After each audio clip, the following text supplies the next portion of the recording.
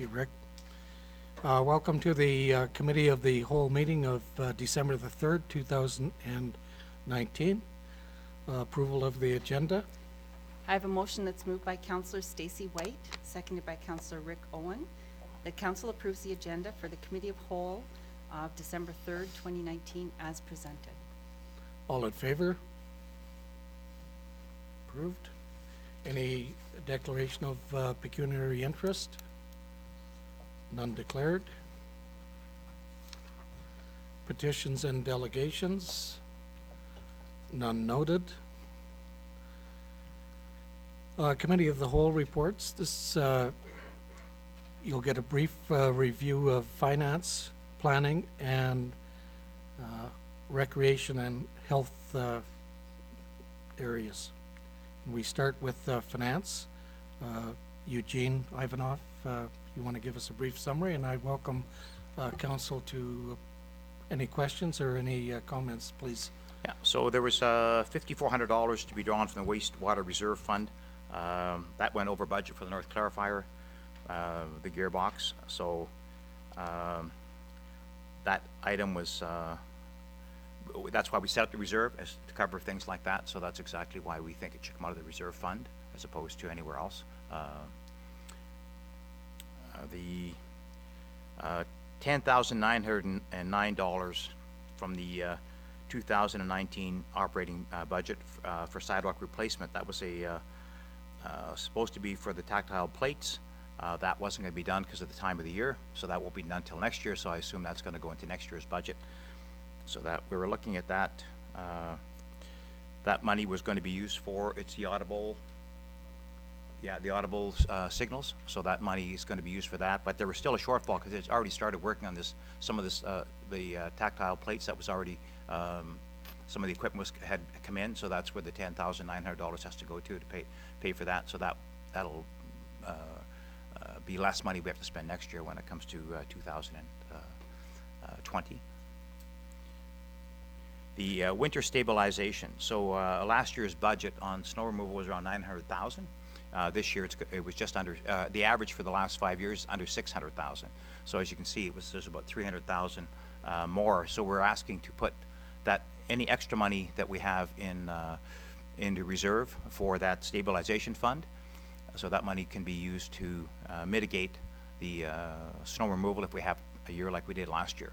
So if there's any savings in snow removal for our winter maintenance for this year, next year, the year after, that's a 5-year average was just around the $600,000. It was actually $575,000.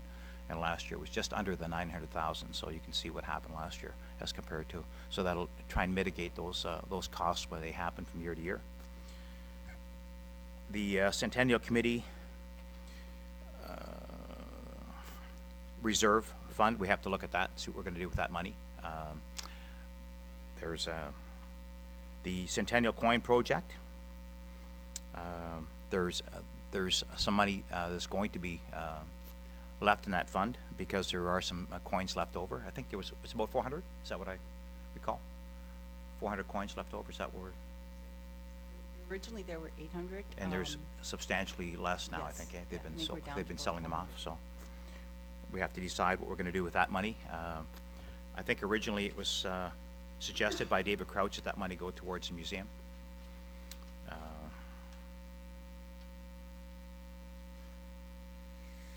Water rate increase. We don't want to have happen what happened last year come decision time as to what we're going to do with water. So suggestion was made that we do a 2% increase come January, and then we look at it halfway through the year and see if we have to increase it again or if it's, but I know hydro costs have gone up substantially, so that's going to affect our cost of producing fresh water and taking care of our wastewater. And user fees be extended till June of 30th of 2020, so no rate increase in user fees till then.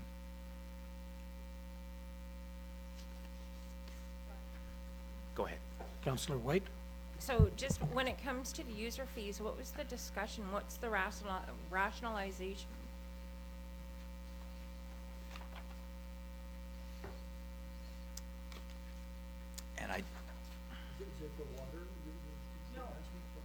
Sorry, for the user fees? So is that all the user fees? Is that the museum, the I parks and think we just had, Recs? I think, did we have an increase last year, Pat, on that? I can't recall. Sherry? Yes? Yeah, there was,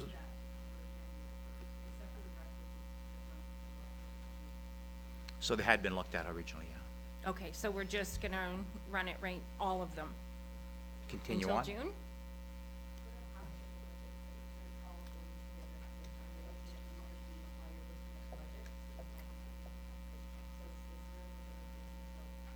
Until June? Okay. Okay. the one thing, Eugene, the budget wasn't 900,000, it was about 600, so we were 300,000 over budget with the last winter snowfall. And you're right, it, using a 5-year average will allow us to hopefully have some going into reserve each year. Some years will be worse than others. So it'll help balance the budget a little easier and not have to take big hits all at once. So I think that's a good plan. Other communities are using that.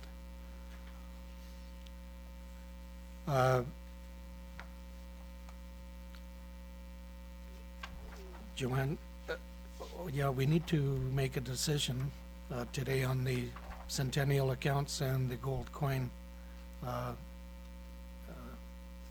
funds as well, so we'll come to that before.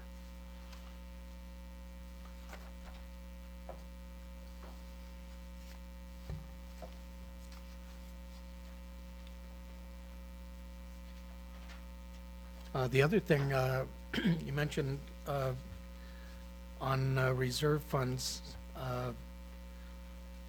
is we have to come up with a policy, a permanent policy, whether, for example, whether we set aside each year 1 or 2% of the tax levy for specifically for reserve funds, not related to water and sewer, but we do have to look at those two particular accounts in particular because of the fact that at the end of the life cycle of those plants, we have to replace them.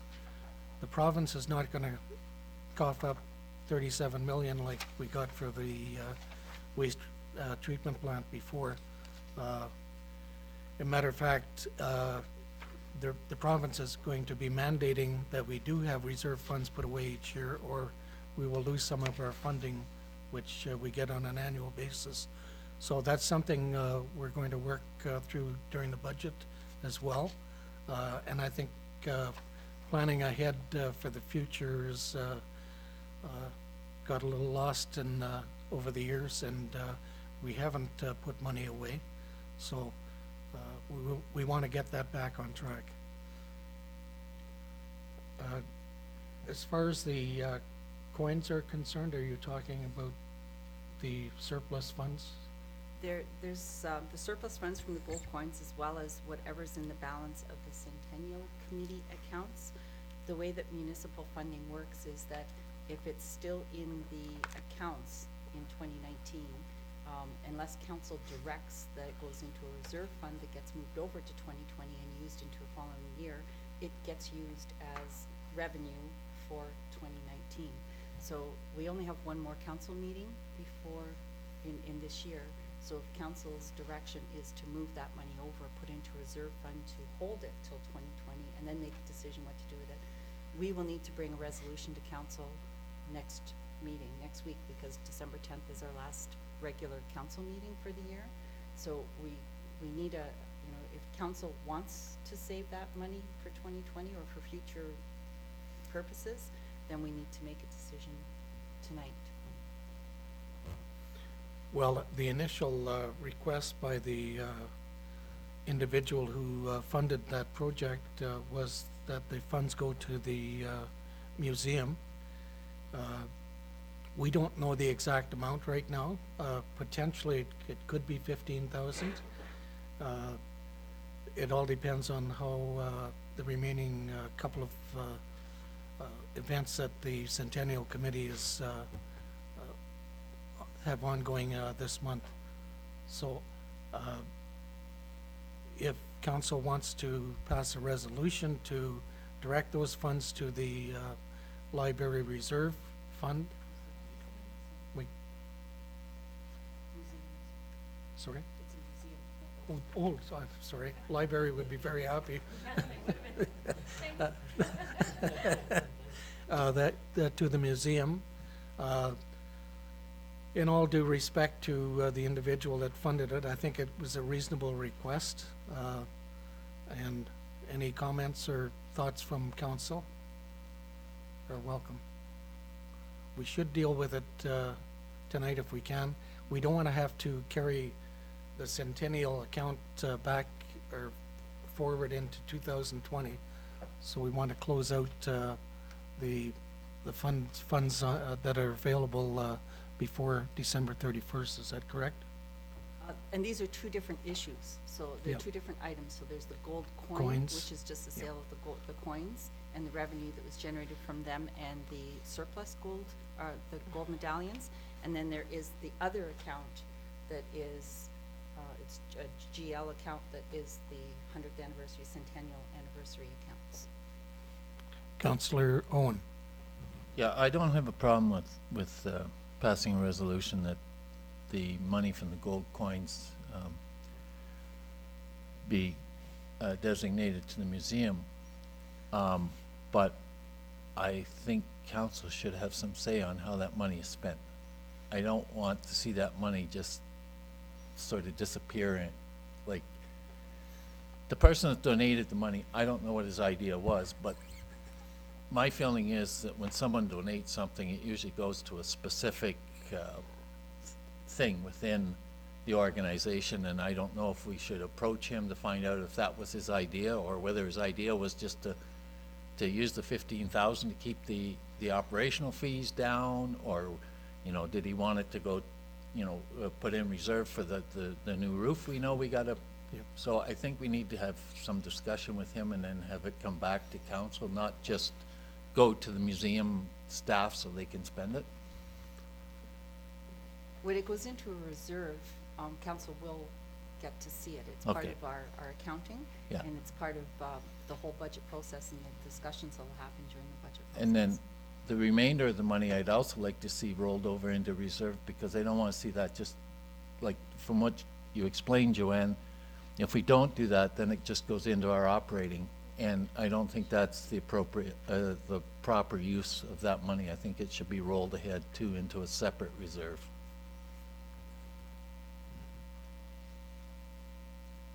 And that was the recommendation from the treasurer, was to open up a Centennial Committee reserve.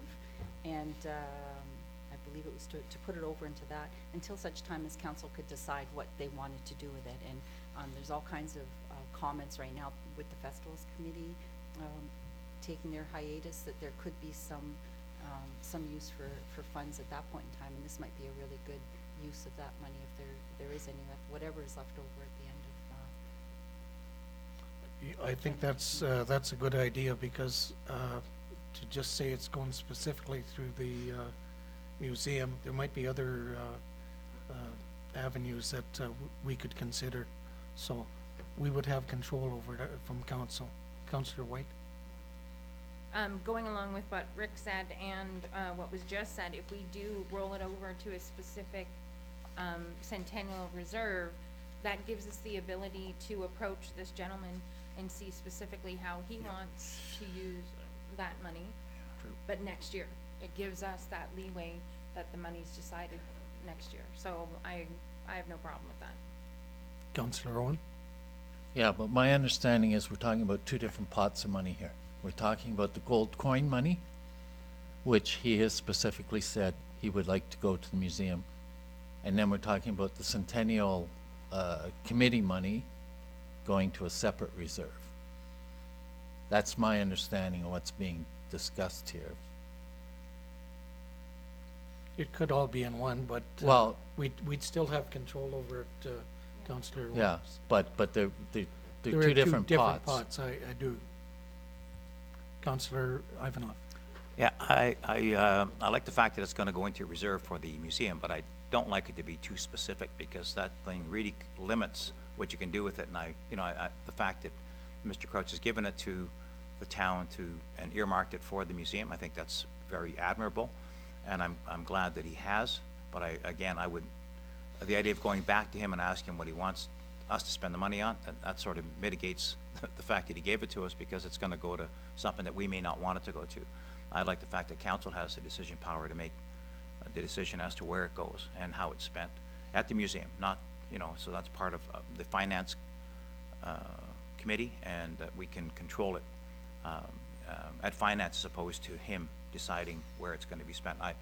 It's very nice, admirable that he's given it to us. I appreciate that very, very much. Yeah, I think we're all in agreement in that would be, the Centennial Reserve account would give us that ability. So I thank Sherry for pointing that out. But I think that would resolve. Yes, Councillor Wong? Well, I hate to disagree with you, Eugene, but why not, eh? My feeling is we wouldn't have that extra money if the person that donated it didn't donate it. So to cut him out of, if he hadn't have donated the money, we wouldn't have the funds to deal with. So if he wants to do something specific at the museum, which he may not, we don't know. But I think we should at least include him in the discussions, and then if it's something that we view as totally, wrong thing to do, hopefully we could convince him, and with logic and reason and a little charm, that wouldn't be the way to go. But to leave him completely out, I think is almost, I don't think that was the intent. Okay, The okay, intent was yeah, really that he yeah. could, we're still gonna listen to him Yeah, as yeah, to what yeah. he suggests. as long as he has input, Yeah. and if we go another route, we explain to him why we went another route, so that he understands. Fair enough. Councillor Ivanov? Yeah, it sounds to me that his input was that he wanted it reserved for the museum. That was his input, right? So not that he's had any other specific thing that he wanted donated to or applied to, so. But I agree, we need Okay. some further discussion with him, but Yeah. just putting it into the Centennial Fund gives us that ability to negotiate something with him that he's happy with as well. Yeah. That'll be coming back as a bylaw then in our regular meeting going forward, or next week, sorry. Okay. Any, Councillor Ivanov? Yeah, Pat, you mentioned the winter control. The last year's 2019 budget was $869,000. It was 869? Yeah. Actually, you the for expenditures correcting were 904, it says here, and less the income of 35,538, so. Thank you for pointing that out. There's always been a lot of confusion. I know I've talked to Eve on this, and we finally got it broken down to what the actual cost of snow removal and plowing is this year. Before it was split up between all the different departments, it was like a jigsaw puzzle when you asked staff, I'm not blaming staff, but it was split up in 8 different pieces, and nobody knew what the total amounted to, so this will clear up the confusion, and we'll know what the actual costs are each year. Sherry's done a great job. Yep, thank you.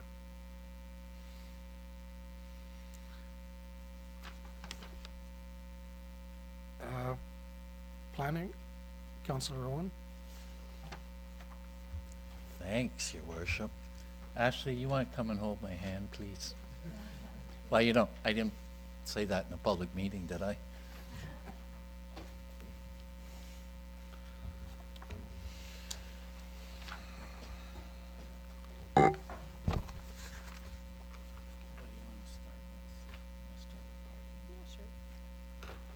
Okay. It seems like everybody in town has an opinion on parking, so we're gonna start with parking because even on my way to council today, I heard about parking. So The committee met, and some of the recommendations that came out was that it recommends that the wording in the traffic parking bylaw, section 11, should be changed from highway clearing, snow removal, and snow plowing to just winter maintenance, which is just a housekeeping thing, covers it all. We also recommended that parking be permitted in municipal parking lots until 2 a.m., which is the latest that licensed establishments are currently allowed to be open. This allows for additional, prior to that, the time limit was midnight, in which case they could be ticketed. This allows for additional off-street parking, additional parking for the businesses that are open that late. And so that's the recommendation, and it's primarily aimed at accommodating, well, bar, restaurant type businesses, but it would also probably help those who are in the cleaning business and doing cleaning places like banks and that in the evenings. So that's the recommendation from the committee. Now the Councillor next, Owen, can I yeah. just mention, for the last 40 years, people have been parking on the streets all over the place, and we really didn't have enforcement in place. We now have a bylaw enforcement officer, whether you like it or not, will work weekends and day and night, and that's why there's probably more ticketing this year, but we, it's an adjustment for some people, but we had a bylaw that wasn't working, and we have to stick by that. And also, we have a policy, whether it's formal or informal, I'm not sure, when it comes to ticketing. And our current bylaws enforcement officer is very good at documenting. So on the first offense, if you're parked on the street during winter maintenance, you get a written warning on your vehicle. Second offense, you get a ticket. And third offense, you get a ticket and towed, which I think is more than fair because we could ticket and tow on the first offense. So even though people are getting upset with us, we are giving them, I think, quite a bit of leeway. Oh,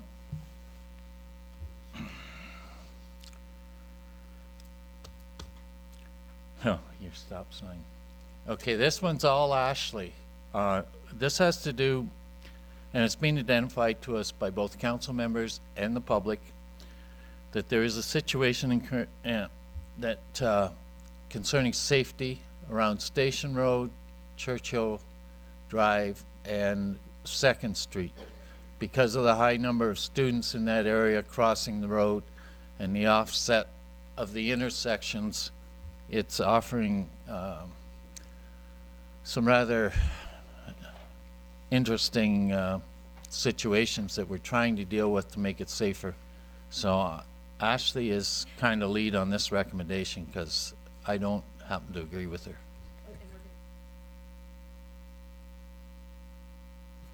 So since I met with the planning committee, we did end up actually, we finalized things with the planning committee, and an hour or two later I was actually on the road with Timiskaming Health Unit in the OPP and a member from the Timiskaming District Road Safety Coalition.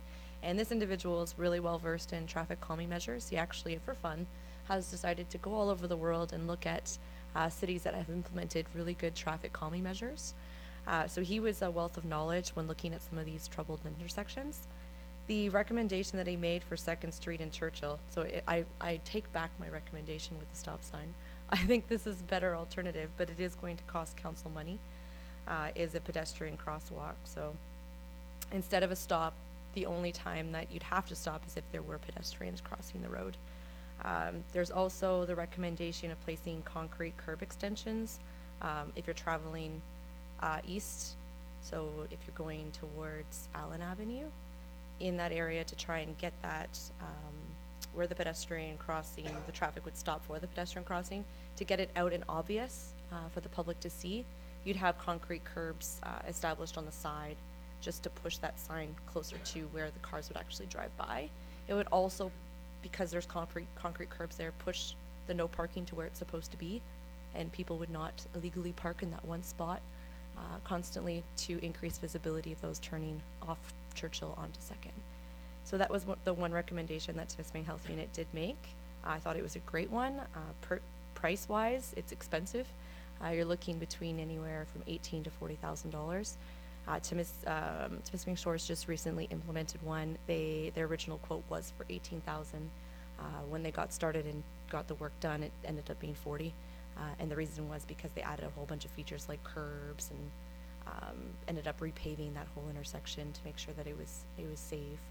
Painting was a little bit more obvious than they originally were going for, so the prices did escalate. But it is something we can look at as a potential option for that intersection. And the other thing is too, there's always the option of putting a crossing guard there.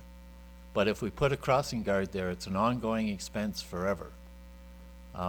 Whereas if we take measures that have been suggested, we're gonna have to bite the bullet, put it into a budget, pay for it out of the levy, but it's a one-time expense, and it would increase the safety of that, yeah, well, I was gonna say that intersection, but it's actually two intersections. And Bonnie just stopped me before this meeting just to let us know that the posting for crossing guard closed. We still haven't gotten anybody applying. It's the second time it's been posted.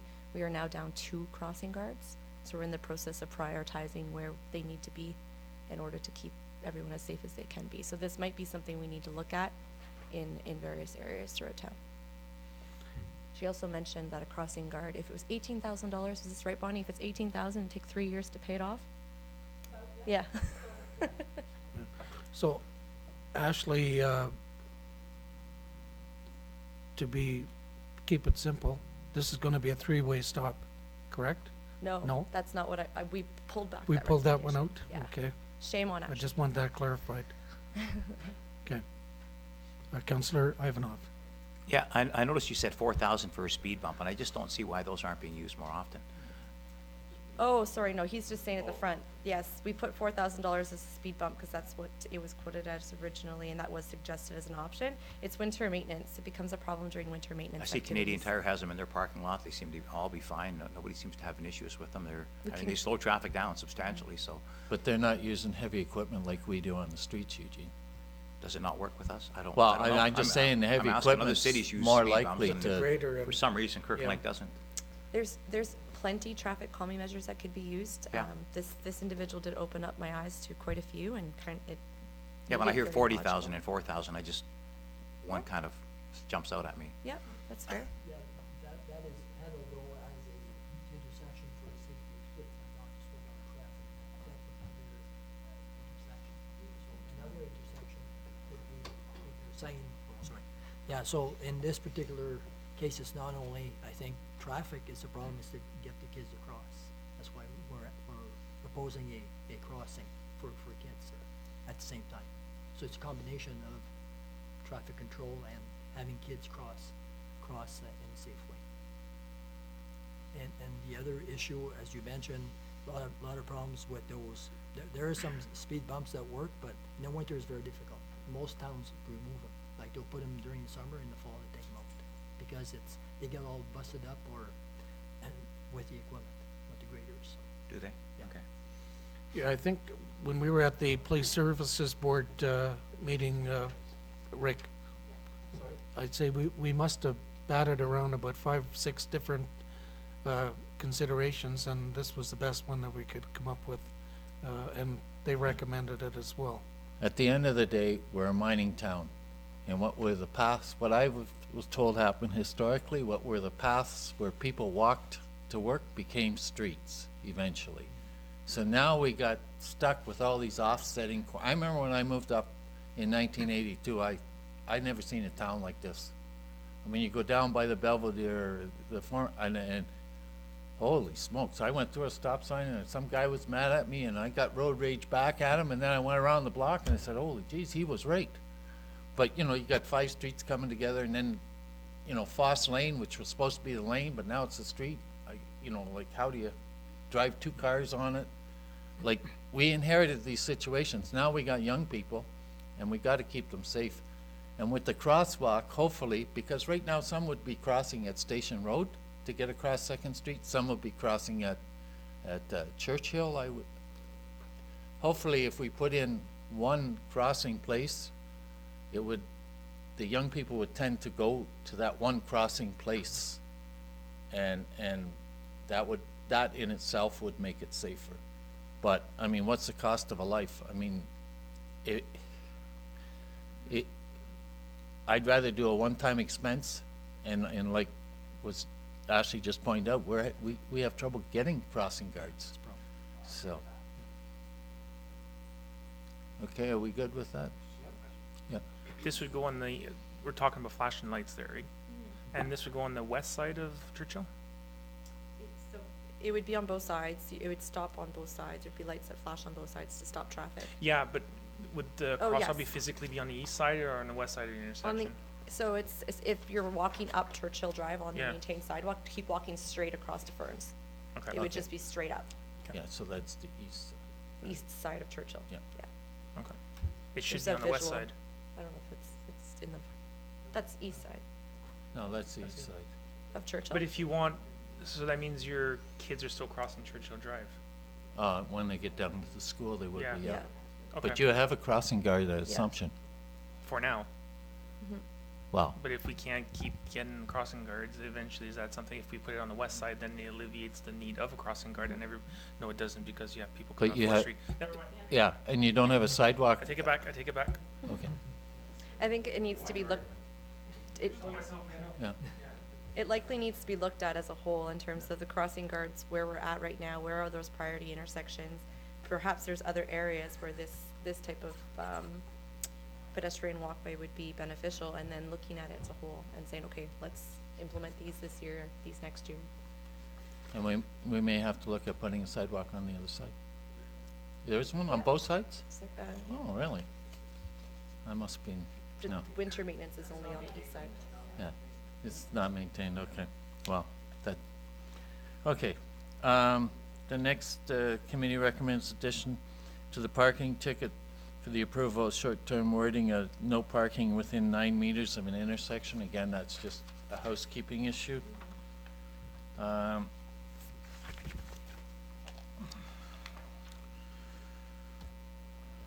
Okay. You want the bylaw enforce, Want me to push base on this? go for it. Okay, so a lot of we've received a lot of a lot of calls, I should say, and I'm sure council's received lots of calls about the parking regulations between midnight and 7:30. So I think that you had addressed that quickly, Pat, when we at the start. Yes, there is more bylaw enforcement happening. A lot of it has to do with cleaning up our parking regulations section in our parking bylaw. So right now, the rules specify that, I think generally we would go out and ticket even if it wasn't snowing or if it wasn't plowing, right? There'd be a general rule that if you're parked on the street at any point in Kirkland Lake, between 12 and 7:30, you're potentially going to receive a ticket. Now what we're proposing is instead of ticketing every night, we ticket only when snow clearing or any type of winter maintenance activity is taking place. So what the intent is our roads foreman typically is aware of whether or not plowing is going to take place overnight by 4 p.m. So the intent would be for our administrative assistant to post it on social media, let everyone know we are going to be out tonight. If you are on street, our bylaw enforcement officer will be around and she will be issuing tickets. And this is where Rick specifies that she's very, very, very, very diligent and has it all recorded on who she's ticketed, who she's giving warning tickets to.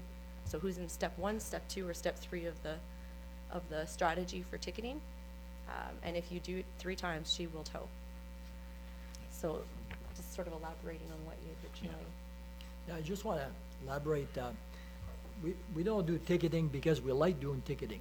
Is that the reason we're doing this is for our crews, Public Works can do their job efficiently and so we can do a decent job. We don't want to damage vehicles, so it's just, the reason is not because we like ticketing. We want to get our jobs done in a proper manner and a safe manner. I think the other thing too, Eve, is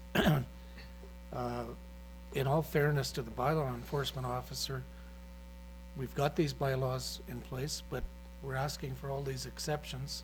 Makes it very difficult for the bylaw enforcement officer to enforce. One day you're being asked this, the next day it's something else. So it will give her a bit of the ability to make decisions herself. And I do like the idea, if on nights it is snowing or snow removal, it's up to people to figure it out. Get your car off the street. So, Councillor White? Sorry, and can we have a short description of where the POA ticket money goes?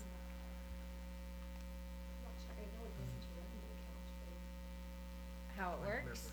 Okay, so it's my understanding, sorry, that a POA ticket, yeah. So a POA ticket does not go directly to our bylaw enforcement agents. No. That's not something that goes into their pocket. It is actually through the government, and it goes through the cycle. So it's not quote unquote a money grab of any kind. It's actually like a bylaw system. Councillor Owens. Here we go.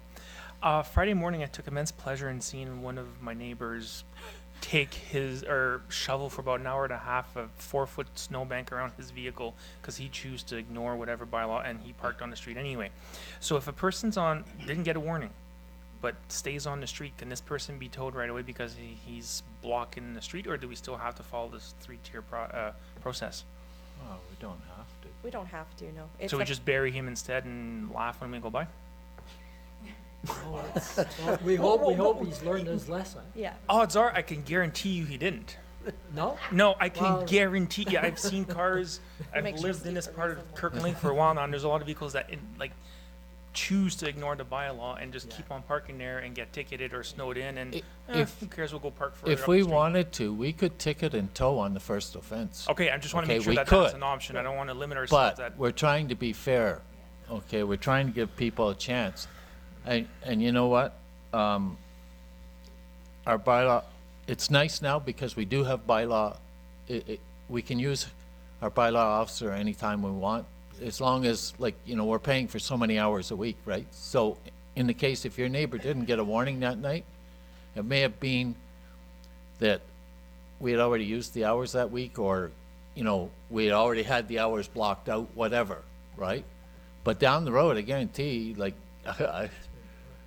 she Catch is, up with them. Oh, I don't doubt it. And there might have been a ticket on the winter. There yeah, was yeah. a lot of snow on the vehicle, so Yeah. it's hard to tell. But if I just want to make sure that we do have the option, if they're really blocking or stopping us from Yeah. doing a proper job, that we can move these vehicles if we have Yeah, to. we not can. have to go through It's a just warning ticket. policy. Okay. We're just trying to be a good neighbor, basically, and saying, hey, you made a mistake, we understand, and then go from there. I think just to well- add, sorry, Pat. Perfection in this area is pretty hard to achieve, but this is a bit of a compromise. If we went by the law, as Rick said, you could have your car towed away the first night. Yeah. Yeah. Councillor Ivanov wanted to swear. Just a couple of things. Bars have to stop serving at 2, but they have to close at 3. Okay. So just so you know, just if you're going to amend that, you may as well change it to 3 o'clock so the people that are parked there, no? Well, the feeling was that people were coming in to pick up food, Oh, if they're coming in. and the pick up food, kitchen that- closes at 2, right? My understanding? I could be wrong. I don't know. I assume- don't know I why don't the know. I kitchen. don't know. It's just that it won't leave us enough Yeah. time Yeah. to do our work before Okay, 8 o'clock that's in the fair. morning. Okay, So I thought yeah, we'd give him that's extra good. That's good time. warning anyway. So it's Yeah. gonna Yeah. be, I think Okay. it's gonna serve 99%. I 100% agree with the ticketing. If it's snowing, you know what, everybody should get a ticket, and I think you guys have done it. That's a commendable job. You know what, I think if people are warned, that's a great thing to do. You tell them that they're going to get a ticket. If it's snowing, doesn't matter if it's snowing and they happen to be out in federal and they're not doing snow removal, that's still a great idea. I think that's great. A little concern I have is with the people that got ticketed in the last couple of weeks, because I've had some comments from people that have got tickets and it wasn't snowing. And one guy was cleaning a laundromat on 2nd Street. He went in to clean, was there 15 minutes. She came over, tagged him. I think Fern got her ticket at her restaurant. And she works at 4 o'clock in the morning. Again, she wasn't interfering with snow removal, there was no snow removal. So those, Steve Ranta shoveled her out one day, so she was interfering. well, I'm not It saying, I'm wasn't just a saying, first- she's had a couple of wasn't a tickets. first She offense. has got a first, she's got a couple of tickets Yeah. from that. And then, they've, aside from that, they've done a, commendable job. I think that, having a bylaw enforcement officer that actually enforces bylaws is great. I think, it's about time Kirk Lake had that, so. We're gonna I just have wonder some what they're gonna do with bumps. previous ones, so. We're gonna have some bumps in the road, no matter how careful we are. Yep. And we're Yep. gonna have some people that aren't gonna like us for the rest of our lives, and that's fine with me. But we gotta try and be fair. Like in Yeah. the past, there was no consistency. You I know, think that's fair, Rick. so we're just trying to be fair. Councillor White? Yeah, I was just gonna say that there was some major discussions, going around that maybe a permit, situation could occur, but then who gets a permit, how many permits? And what it all comes down to is, unfortunately, our roads crew needs to do their job. If they're not able to do their job properly, because there are trucks, vehicles on the road, then they get blamed for poor road maintenance. So no matter how we tried to go around it, this was the best solution. And this bylaw has been in place for as long as I can remember. So unfortunately, now we have a good bylaw officer that will do their job, and they should be commended, and all council and staff should really stand behind this individual. I agree.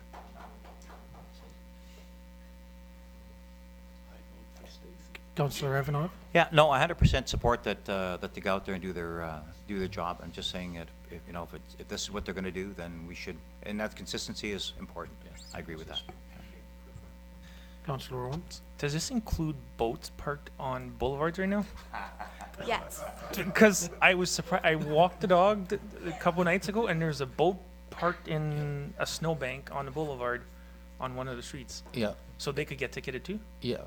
They They're could- licensed, they're licensed. Yeah, and they could be ticketed under different sections of the bylaw, not Okay. just winter. Because I'm sure this is going to interfere with snow And if they're maintenance. interfering, and as funny as that sounds, there was a case on Second Street last year near Trinity Church.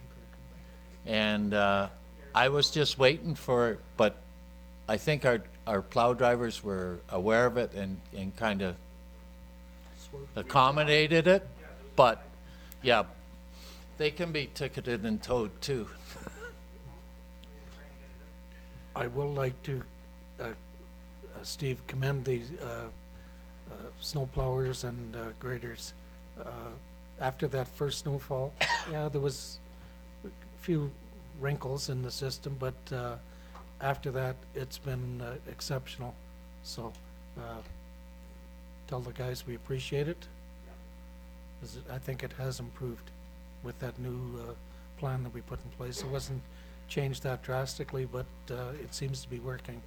The last time I sat there, we got about 4 feet of snow. Okay. And if you're out shoveling, I'm at 33 McPherson. Yeah. Okay, Yeah, Joanne? we have. Sorry, Okay, I would- so are we done with winter maintenance? Because there's a number, well, except some of those parking changes are winter maintenance related to, Yeah, on I'm government. just not sure about the format, 'cause it's new to me. Do you want us to go through all the The ones- suggested, like, okay, another block of Government Road being no parking during the winter? Do you want us to go through all those suggested changes? Might as well, yeah. Okay, Okay, I'm gonna start from scratch so that I don't lose my space, because this report was quite long. Okay, so these are all of I'll start with the ones that we had previously brought to the public meeting that we had, and then I'll do the ones that were presented at the public meeting and through written comments. So the four-way stop at Tweedsmuir, Harding, and Algonquin, the recommendation that came forward when we brought these individuals, so the health unit, representative from the Timiskaming District Road Safety Coalition, and OPP. We did a little tour of town where all of the troubled intersections were looked at. This was one of them. They suggested, instead of putting a four-way stop there, that we look at purchasing some speed feedback signs, just to give some awareness to the speed that drivers are traveling along that stretch. They're about $7,000.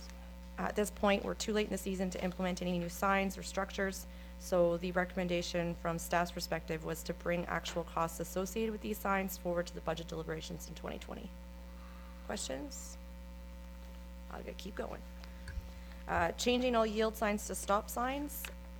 This was one that I thought for sure we'd probably be in favor of implementing over a 3 to 5 year time frame. I changed my mind. Yield signs are important, and I think with a little bit of an educational campaign on explaining what a yield sign is might do us a little bit of help, or just do us some good. What we do want to try and do, however, and this again came as recommendations from Nipissing Health Unit, Roads Coalition, and OP, was the looking at specific intersections where yield signs were present. The written rule is if you're approaching a yield sign and you have visibility from both ways, keep it. If the visibility is lacking in one of the two ways or both ways, put a stop sign up. So a perfect example is Sacred Heart, the stop sign that's on Churchill that's turning onto Duncan, that hill, that should be a stop sign. So it's a matter of doing a review of our yield signs, figure out where the problematic areas are and replace them. There were certain ones that were brought up, like the Carter-Churchill intersection in particular. That one there, they actually recommended concrete structures along the eastern side of that, pushing that yield sign out so it's more visible, and forcing people to travel to a 90-degree angle to Churchill before having to turn. It'll automatically slow them down before they have to, instead of right now where they're just driving right through. So I think a full review of our yield signs by either staff or whenever we do our sign inspections, just taking a double check and making sure that the stop signs are implemented where they should be, yield signs are implemented where they should be, and we'll do that over the next year or two. Questions on that one? Yes. Swastika. Exactly, I still don't hear any mention of swastika. Yep. So again, it's a matter of looking, so if it's a speeding issue, we're gonna have to look at it from a traffic calming measure perspective. In their opinion, as long as you can see both ways, we should not be changing those yield signs to stop signs. Councillor Owen? Yeah, I love organizations that are experts and come in and recommend the most expensive way to fix the solution when they don't have to pay for it. And I'm not making fun of them. I agree, like at Carter, it would make a lot of sense to do all that curb work, right? It would make sense, because that's the issue. It's a perfect, oh, I wish I was a teenager and I had a car on Carter going on to, it's the perfect corner to pick up speed and go. But a stop sign would do the same thing and a hell of a lot cheaper. So these You know? concrete, the curb structures that they're proposing is not an actual permanent curb that they want you to install. There's actually these temporary concrete bases that you can put down. I don't know if I have pictures. I did send them by email. What's the price on those? I'd have to take a look at it, but it's a lot more feasible than doing a full concrete curb install. Yeah, but what's it in comparison to a stop sign? The arguments, So what- I can maybe help answer that one. So sometimes these recommendations are not meant to be done right away. So it's very important to plan ahead. So when we go and reconstruct that section of road, then we take those recommendations and implement at the same time, because to do a curb on the curve or same amount of curb is probably not a whole lot of money. To start this over right now and dig everything up, this is very expensive. But I think you have to take some of these recommendations and implement them as you reconstruct those sections of road. For crosswalks, for a lot of them, you do your priorities, and like you say, stop sign's gonna solve it very quickly. Maybe that's the solution. That's for a now. short-term Short-term solution. And then when we when we redo the street, then Yeah. we That's take so- the experts and we include it in our costing right. and hopefully That's right. get, yeah, I agree Then- 100%. Then that's Yeah. gonna be almost the same price.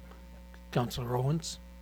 Did just something to keep in mind at that intersection for Carter, you've got a lot of school buses that have to turn onto Churchill, then back into, so if you go 90 degrees facing that way, that's gonna be a very, very hard corner to make with a school bus. Yeah, but then if you're going across the road into traffic and then you have to turn back into Sacred Heart, then you might have a few complaints or close calls with the front of a school bus and cars going by, or just something to keep in mind. Councillor Ivanov? Yeah, I'd like the $180 solution. If it changes the stop sign from a yield to a stop sign, like, Yeah, Let's so- try it, and if it doesn't work, we can look at something different, but you know what?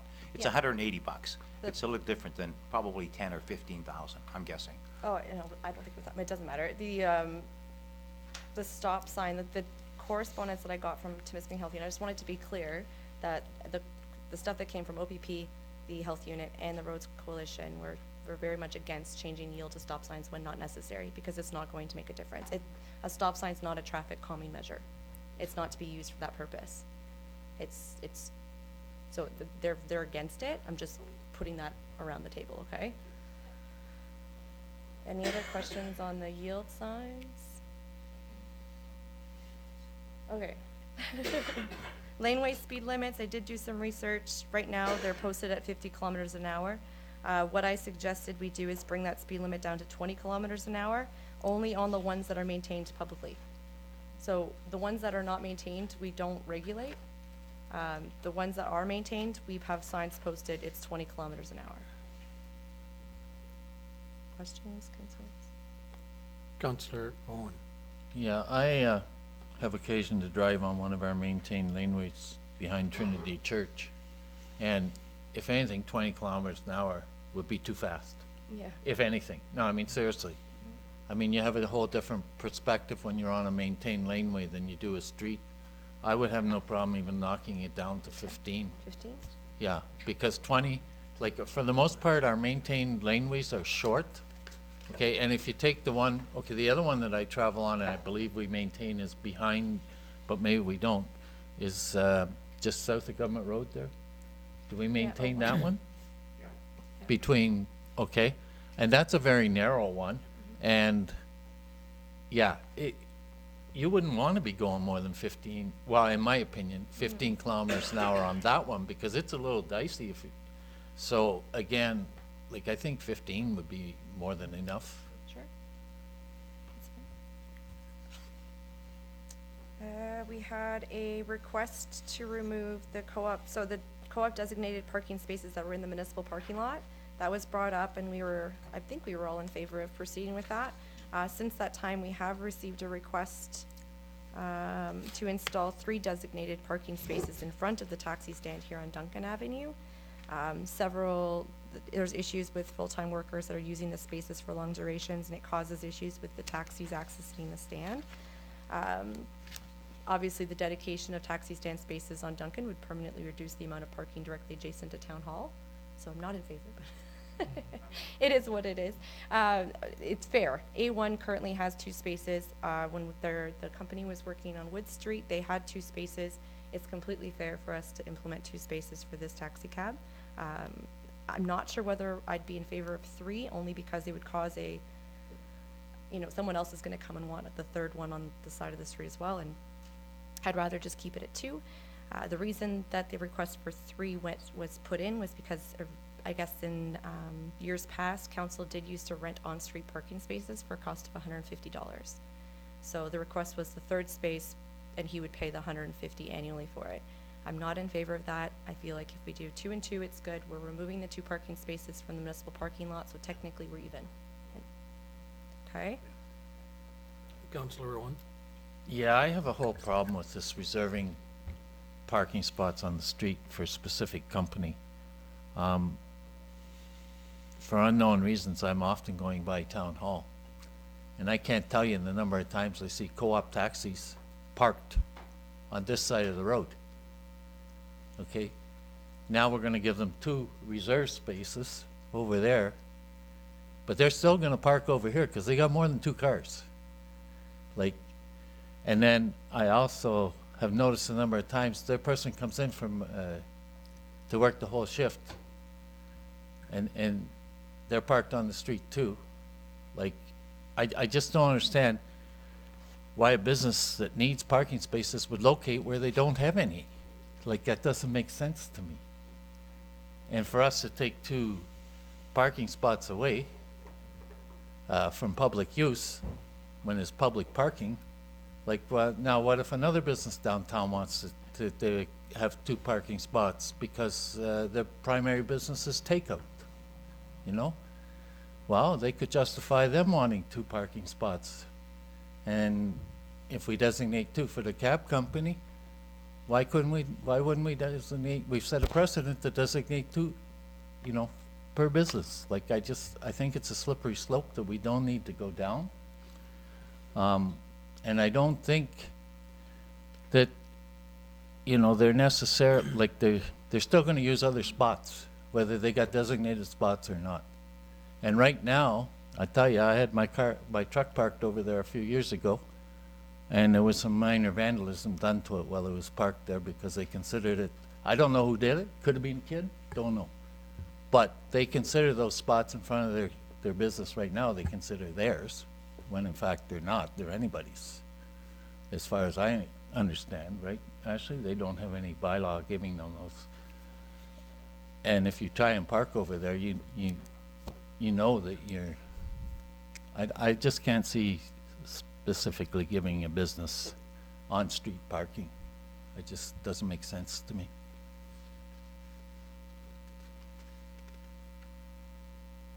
Councillor Ivanov? Yeah, I know, but you've given it to A1 already. I mean, it's just hard to give one without giving it to the other, right? I understand what you're saying, Rick. No, somebody has, right? And that's half my point, okay? And I'd forgotten about A1, but yeah, we did designate two over there.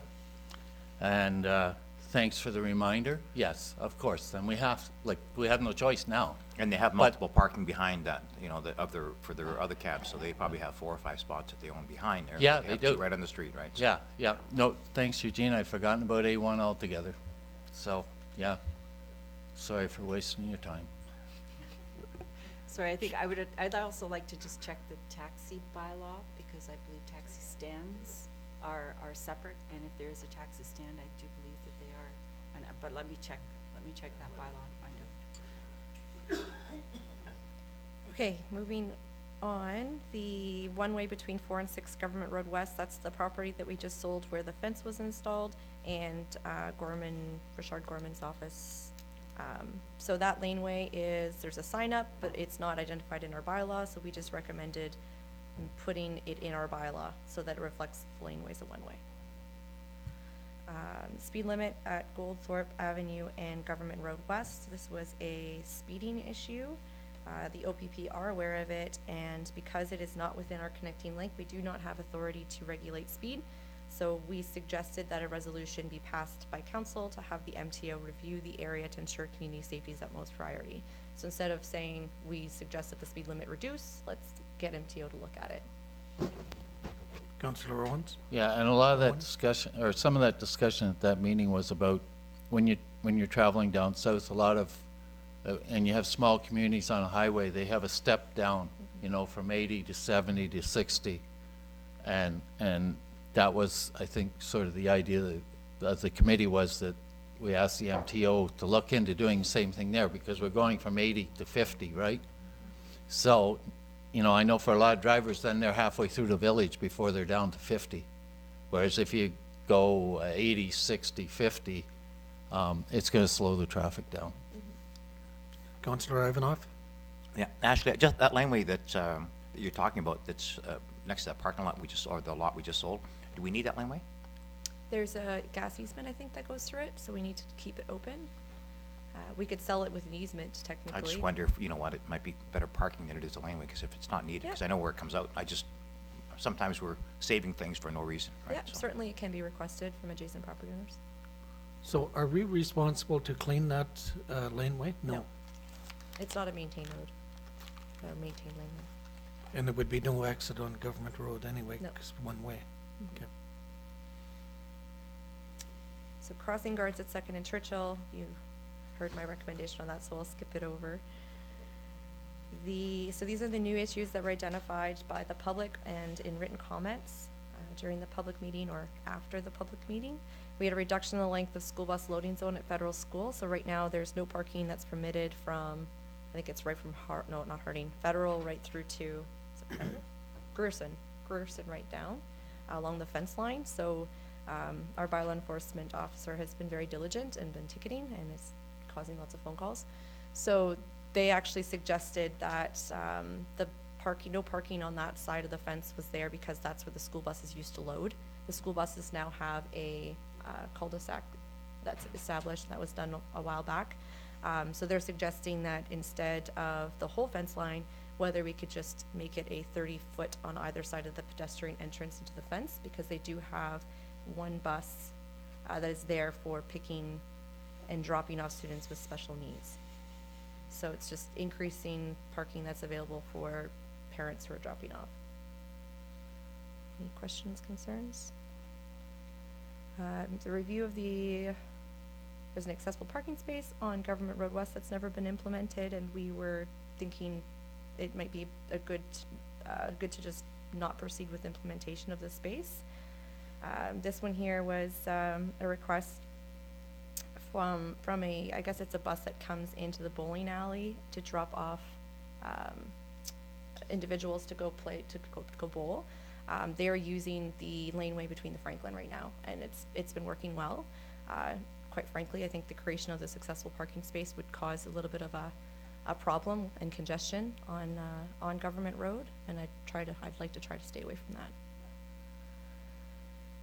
Addition of a pedestrian crosswalk across Government Road East at Canada Post. So I did end up meeting with, I know Andrew Snowden was here and presented quite a few changes. So I met with him individually after the meeting to just get some of the information from him on things that he believed were outstanding.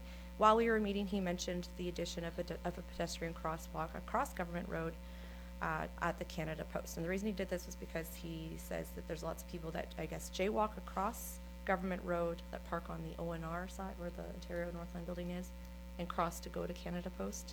So whether or not council wants to consider putting in a pedestrian crosswalk there. Costs associated with that, I left it around 40 to 80,000, and my numbers are based on what Timiskaming Shores implemented for 40,000 and what we had gotten as a quote from EXP to do the connecting link crossing at Burnside Drive and Government Road. So that one there was 78,000 is what they were proposing over the highway. So I'm not sure whether a crosswalk at Canada Post would have to follow the same guidelines as the ones that were at Burnside. Because this hasn't been brought to Police Service Board to review, I do suggest it go there first and that we look at alternative solutions that could be implemented as well. But it's something that we felt we could bring forward. As I mentioned, meeting with the Timiskaming Health Unit and the Traffic Safety Coalition, they came up with quite a few traffic calming measures. Most of them are part of a plan, like a traffic calming measure plan. So they're looking at the town as a whole and trying to find where the priority areas are.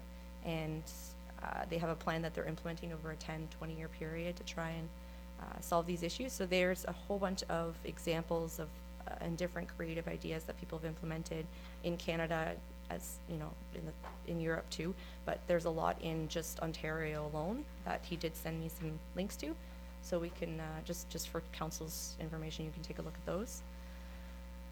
There is a yield sign in our bylaw. It says there's a yield sign at the intersection of George Street and Queen Street. And I think there was a yield sign that was on the Queen Street as well, so it was to stop snowmobile traffic, I guess. I'm pretty sure that's what it was for, because otherwise why would there be a yield sign? Coming out of Kinross Pond, it was originally where the driveway was for the new house that was built, so that yield sign has been removed.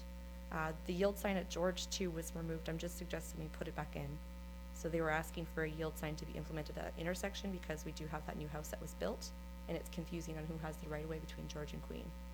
So there's no change to the parking bylaw, but we just need to put a sign up. Councillor Owen? I'm confused. Doesn't Queen end there? At Kinross, yeah, so the yield sign would be when you're going south on George, so Queen has the right of way. So the individual that built the house. But doesn't the road end at George? No, not anymore, there's a house there. No, I know where the house is. It's past? Okay, okay. Yeah, okay. I'm just behind the times as usual. Main Street, the heavy traffic on Main Street. That's okay. Main Street, there's a couple people that brought up the traffic on Main Street. As everyone here is aware, we did go and put up heavy traffic signs to say that no heavy traffic's allowed on the roads. What I did want to do, though, and to bring a little bit more awareness to it, was to send a letter to those businesses located along Main, Industrial, and Archer Drive, requesting that they use Archer Drive for access and to avoid Main Street. I'm also going to communicate with OPP to determine whether there's anything that can be done from an enforcement perspective. I'm not sure what the rule is to ticket somebody who's driving because if they're directly trying to access a business, you can't do much about that. So if there's no other way to get there. But I will look into it. Councillor Owen? There must be some law in place because a lot of our roads up here have seasonal weight restrictions.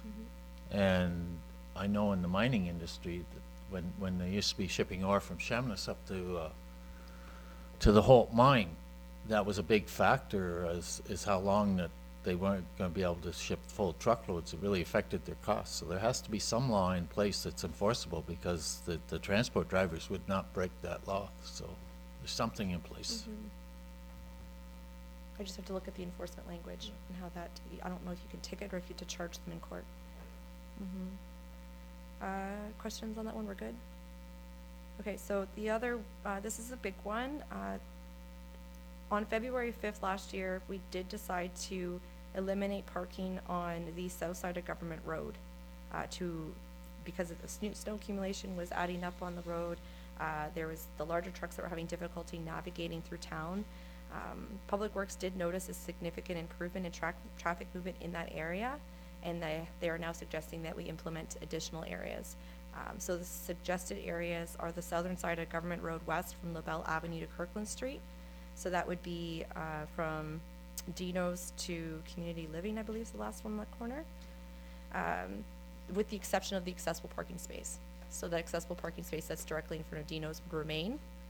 There'd be no parking for the rest of the area. And that, again, is just to bring, that hill gets a little bit tricky, and it gives you a little bit more room. This is actually something that not only Public Works asked for, but 2 local contractors also suggested it. There's the western side of Prospect Avenue from Kirkpatrick Street to Kirkland Street. The road does get narrow during the winter months because of that concrete wall. Typically, there is not too much parking that happens there, but just to prevent it entirely, it'd be beneficial to remove it. The third area is the western side of Market Street from Water Lane to Government Road West. This is currently impeding winter maintenance activities and reduces the area for snow placement. So prior to that going to bylaw, I do suggest we talk to the businesses and residents that may be affected by the change and let them know, let them provide feedback, and I can bring that to council at another meeting. Suggestions, concerns? Okay. The next one was just the discussion about winter maintenance activities, so only ticketing during winter maintenance activities. Certainly the first occurrence, second occurrence, third occurrence, the warning ticket, parking ticket, and towing, we can look at modifying those if necessary. I know my bylaw enforcement officer would love to just ticket and tow. And the reason why we put this in place from first, second, and third was because we have had such a lack of enforcement for so long. This is our year to try and bring awareness, give them a chance. Maybe next year we do 2, you get a warning ticket and you're towed, or parking ticket and you're towed, and we're not as nice. And then the year after that, people should know better and we could tow. But yeah, so we've already gone through that. I don't want to repeat myself, so yeah, I think so. Allen Avenue was also brought up as an area that was of concern for traffic, so the Temiskaming Health Unit, Roads Coalition all recommended the same thing again, looking at installing speed feedback signs at that along that stretch, so that you're a little bit more aware of what speed you're traveling along Allen. Again, it can be brought to council for budget deliberations. Yes, Councillor Owen? Don't be so timid, Your Worship. Well, as somebody that's directly affected on a regular basis about pulling onto Allen Avenue, for one thing, speed feedback signs are very expensive. And for another thing, it doesn't do anything for my visibility when I'm pulling off 3rd Street onto Allen Avenue. So why anybody would even suggest that would be a solution, I don't know. The only solutions I can see is that somewhere along there we put a stop sign because it's not just Third Street that has a problem, Second Street has a problem. And probably going the other way, Fourth and Fifth have problems too. Like it hurts me that we redid that section of Allen Avenue and we did no thought into changing the grade of Allen Avenue to take away those blind spots. We just left the grade the way it was and left a very dangerous situation worse because now you had smooth pavement to drive on. But putting up a sign that says you're going, 50 kilometers an hour, it doesn't do anything for me when I'm pulling onto the road and I can't see you because you're down in the low. You're still gonna hit me whether you're going 50 or 30. And quite frankly, the speeding there's 2 times when the speeding is an issue on that street. Once, it's when the parents are driving the kids to school, the very people that should be using caution because they're in a rush to get the kids to school so they can go to work or Tim Hortons or whatever. And the other time is when certain events are on at the complex where there's lots of traffic and people want to leave early and they want to rush out of there ahead of the traffic. And those are the 2 times when the speeding is an issue. But it's not a speeding issue as much as it's a vision. It's visibility that's the issue. So And I went into the meeting I had with them with that same feeling. I left the meeting feeling, oh, okay, maybe I'm wrong. So they're very much arguing that the stop sign's not a traffic control, or traffic calming measure. It's, if you have visibility from both sides, they said the other option was dropping the speed to 30. I never said a stop sign was a traffic calming device. I will say that a stop sign is a safety device. And if it stops accidents or potential accidents from happening, then it should be installed. Traffic calming, I don't know where that phrase come from, but somebody got paid a lot of money.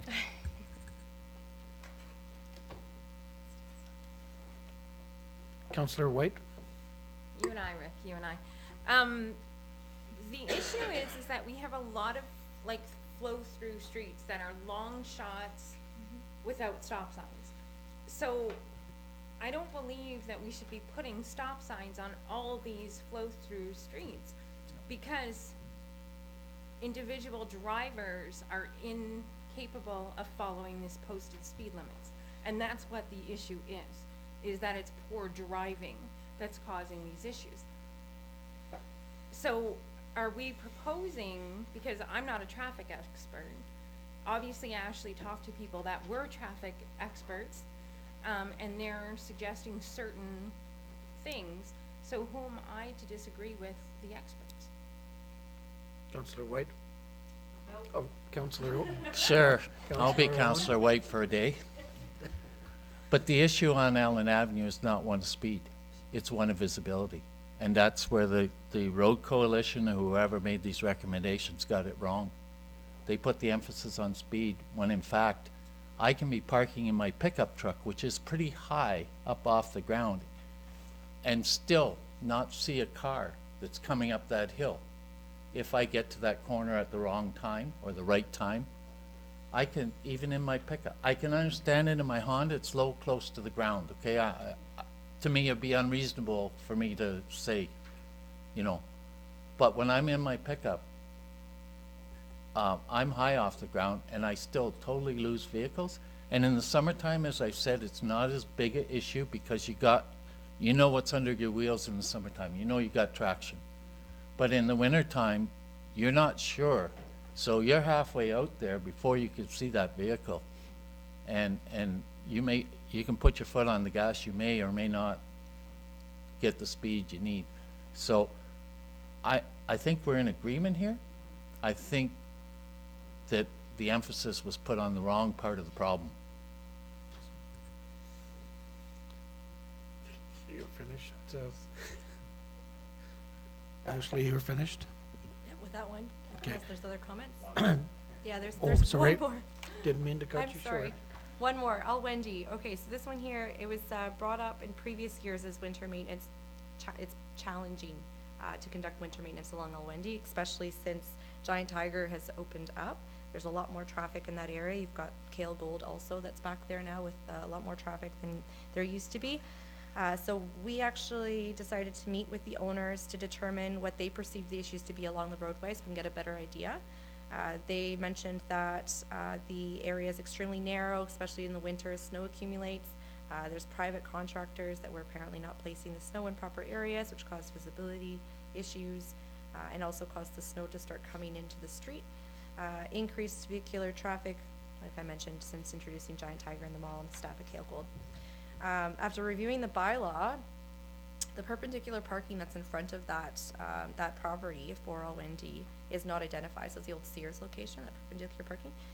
The reason for that, and I think the owners and I sort of hashed it around, was likely because half of the parking spot is on private land and half is on the town. So we can't enforce it, so it's not in our parking bylaw because it's half municipal, half private.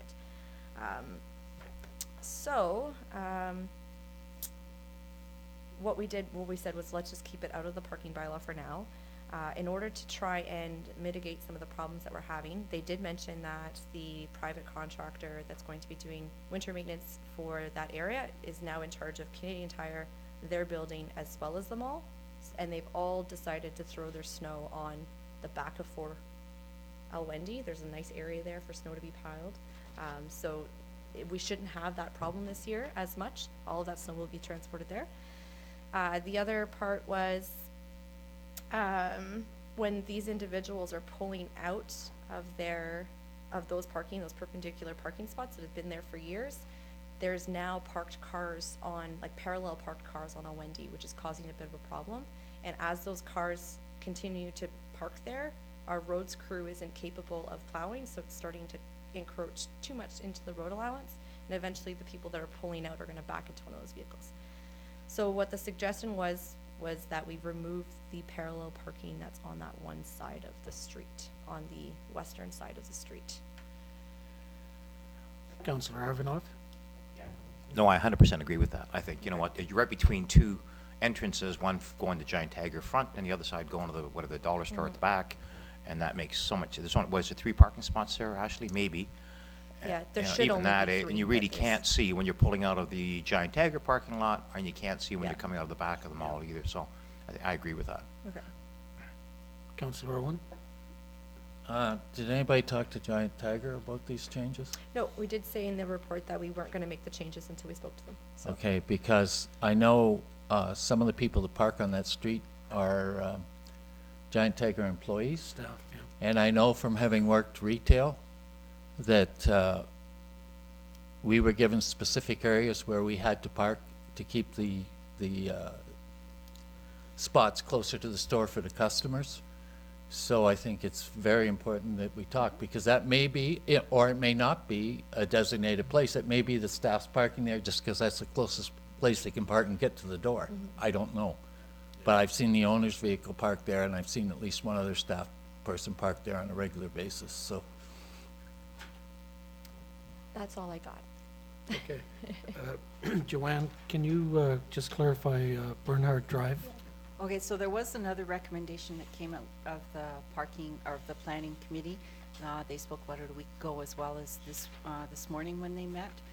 There's a whole lot more to the Bernhard Drive road maintenance issue. So the planning committee will hold a meeting in January for the members, the residents who live in that area, and they'll bring further recommendations to council in the new year. So that has been removed from the agenda for today.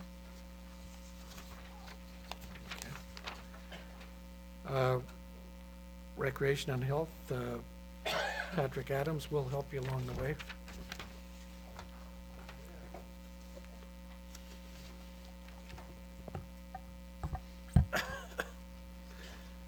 So we had a meeting of recreation. One of them that we discussed was back in March. One of the council's resolutions was for the rec committee to do a service review of fitness programming in the municipality. We gave that to a bunch of volunteers, and certainly a large workload, but we tried our best. So one of the recommendations was we recommend to council that Parks and Rec staff take a lead role in organizing meetings with the private groups in the spring and fall of each year to initiate positive discussion between all partners and to minimize any potential conflicts. That way it can be a positive conversation as to what everyone's offering, and maybe you can find the gaps where maybe you can provide a service that isn't being provided, and that would reduce some of the duplications. But certainly something that we hear is the ability to choose, but certainly private businesses can make those choices of choosing and items like that. So we also further recommend staff, when possible, to partner with the private groups advertising the seasonal brochure and forming partnerships on training and instructional opportunities. By opening the lines of communication and working together, the groups will improve fitness opportunities for the entire community. So, I think one of the items on there too, oh, there it is, private fitness operators and nonprofit recreation and leisure groups to be listed in the program guide, and that council in consultation with the recreation department determine advertising rates for profit and not-for-profit groups in the program guide. So if we're putting out the guide, maybe we can even help advertise for what is also being offered. So if you have that communication of as what's being offered, and you can find out what's not being offered, maybe some of the guys can, well, groups can decide what is the specialty, and that can be advertised at a rate to be determined by council, or we ask staff to come up with that recommendation. Questions on those ones before we get the name of complex? Yes, Mike. It's not actually a question. I actually think this is actually brilliant. It's a good way for town and the municipality to support local businesses. So that speaks to economic development, the partnerships. It's brilliant. It's an absolute brilliant idea. Good job. Yeah, the idea was that we're promoting recreation, fitness, healthy living in the entire community, not just our own programming, which is a whole new way of looking at it.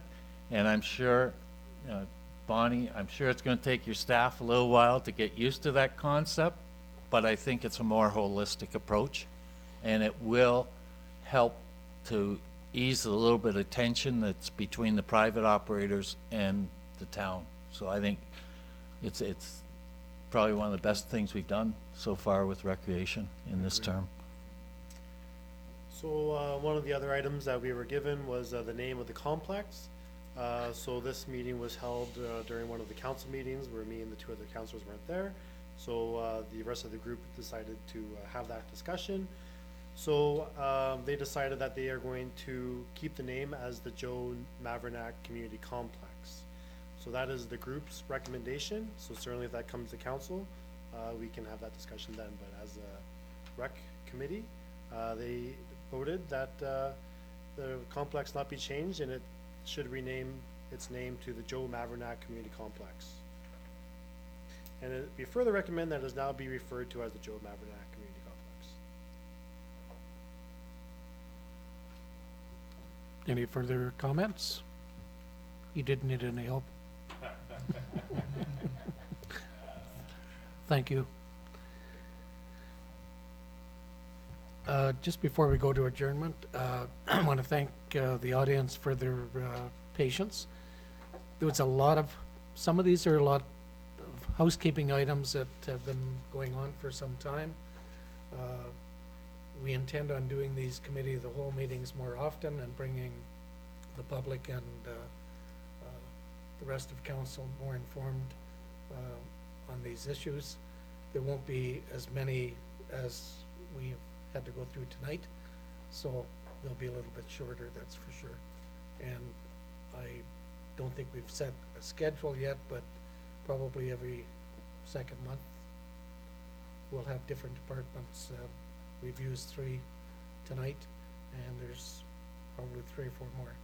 So I think it's a good opportunity of catching up on smaller items that are of concern to our citizens and letting them know what we're doing.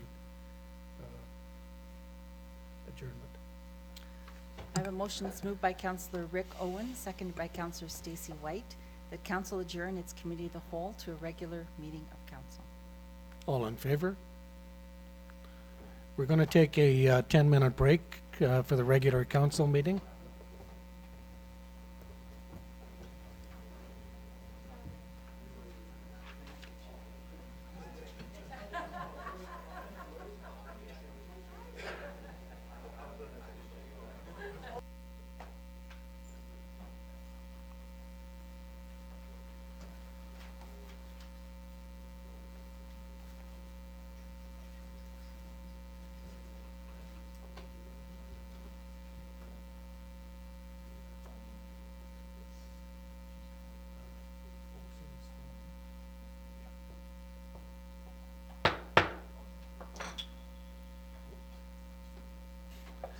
Welcome to the meeting of council of December the 3rd, 2019. A couple of notices. At its meeting of December the 10th, council will consider bylaws concerning 2020 water rates and user fees. Council will be holding a special meeting on December the 17th, beginning at 4 p.m. to receive the organizational review from Strategy Corp. Before we start the meeting, we'll have a moment of silence.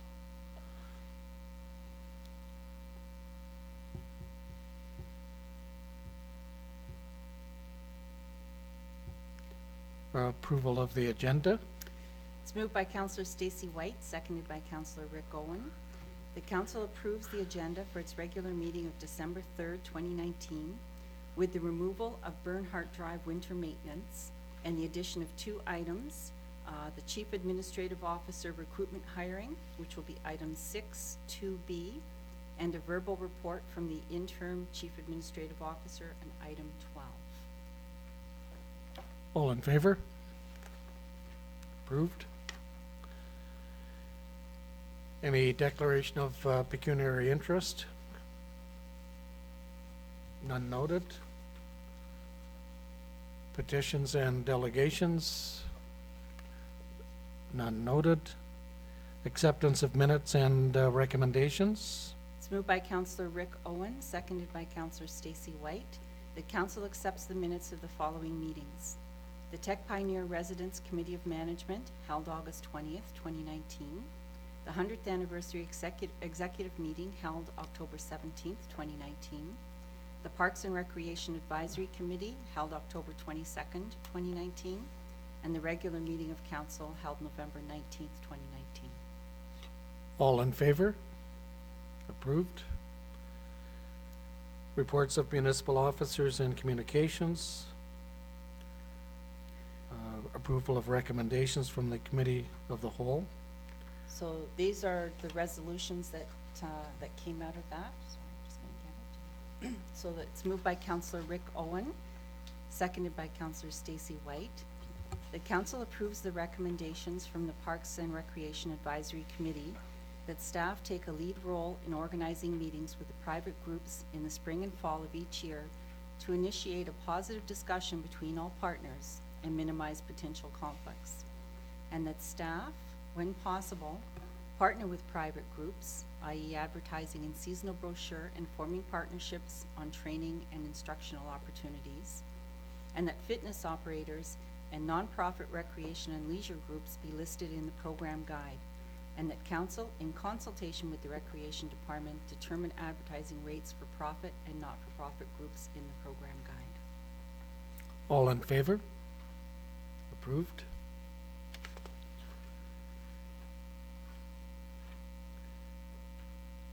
And the second recommendation that came from the Recreation Committee, it's moved by Councillor Rick Owen, seconded by Councillor Stacy White, that council approves the recommendation from the Parks and Recreation Advisory Committee that the community complex should retain the name Joe Mavernack Community Complex, and that a bylaw be brought forward for consideration at the next meeting of council. All in Comment. discussions? Councillor Owen? Yeah, I signed that to get it on the floor. I definitely do not agree with that resolution. Personally, I believe that we should be looking at selling the naming rights to the complex. It's a way of raising money that does not affect the individual taxpayers in this town. And we have an opportunity now where I think we are in a favorable position in terms of saleability of that. We have 3 large gold companies that are currently very active in the camp, all of which would have their own specific reasons for wanting to put their name on a building. And I just do not believe that we can afford to not take advantage of a potential revenue stream. As well, there has been a great deal of confusion concerning the naming of that building, and I've asked Joanne to research it for me, because on the plaque it says it is resolved as of, and it has a date. I think it was November 7th, 8th, whatever, 2000. Well, it was not resolved by council. There was never a resolution, nor a bylaw that has been found that changed the name of that complex from Kirkland Lake Community Complex to the Joe Mavernack Community Complex. So I'm not in favor of endorsing that name because we have to look for revenue, and that, you know, we may be able to accommodate the Mavernack family in some other form by putting the former mayor's name on part of the complex or whatever. I mean, I'm not doing this, this is not a political thing, it's strictly an economic thing for me. And I think, you know, Joe Mavernack served this community for many, many years. He was a businessman. You know, it wouldn't hurt to, you know, possibly put his name somewhere else, but I think we have to go for as much money as we can on this. Councillor Adams. Yep, pretty much echo Councillor Owen's recommendations. That's a recommendation from a advisory committee, so it's a recommendation, so we get the final say. We certainly had increased operating costs of a pool that wasn't so much budgeted for at the beginning, so we need to find that revenue somewhere. So if we can investigate naming rights on that building, that certainly would be another source of revenue that can be investigated. I would agree with Casey. Councillor Owen on this one. If I think of the arena in Rouen, it's a Dave Keon Center with the I Am Gold Arena inside of it. So there's always a way to partner or to amalgamate both names, or both recognize the heritage, but also get or a source of revenue out of the building. Councillor Perrier. I would just like to say that I also agree with my fellow councillors in this decision. Thank you. Any further comments? Those in favor? Opposed? Defeated.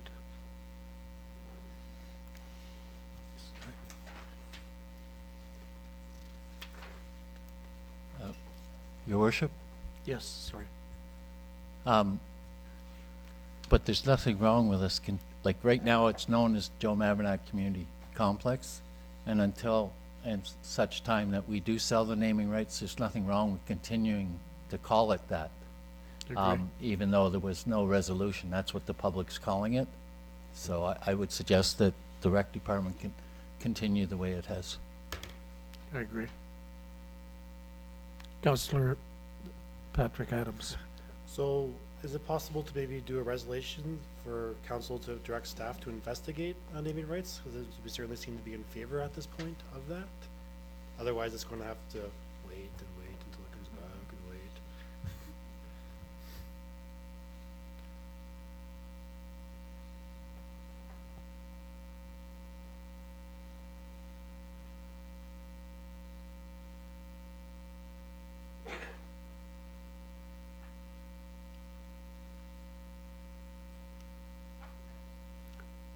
Bonnie, could you come up for a sec?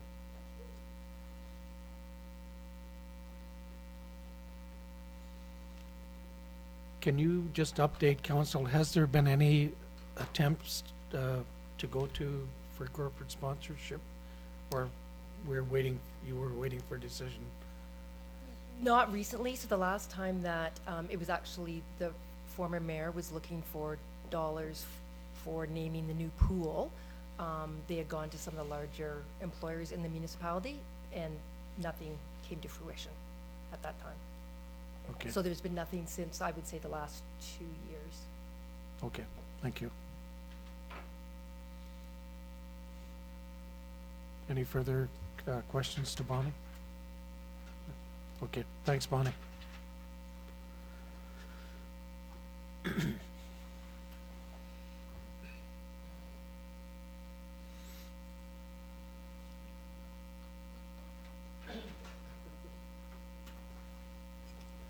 So I have a resolution that is moved by Councillor Dennis Perrier, seconded by Councillor Stacy White. The council directs staff to investigate possible corporate naming rights opportunities for the Kirkland Lake Community Complex. All in favor? Passed.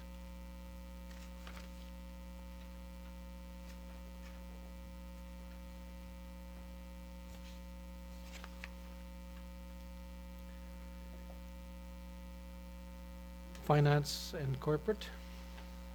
So I have Drawdown, go ahead. a resolution that's moved by Dennis Perrier, Councillor Perrier, seconded by Councillor Stacy White. The council approves the recommendations from the Finance and Corporate Services Committee to draw down $5,424 from the wastewater reserve fund to cover the over-budgeted amount of the North Clare Fire Rate Gearbox and Core Base Repair 2019 capital project. Any comments, discussion? All in favor? Passed.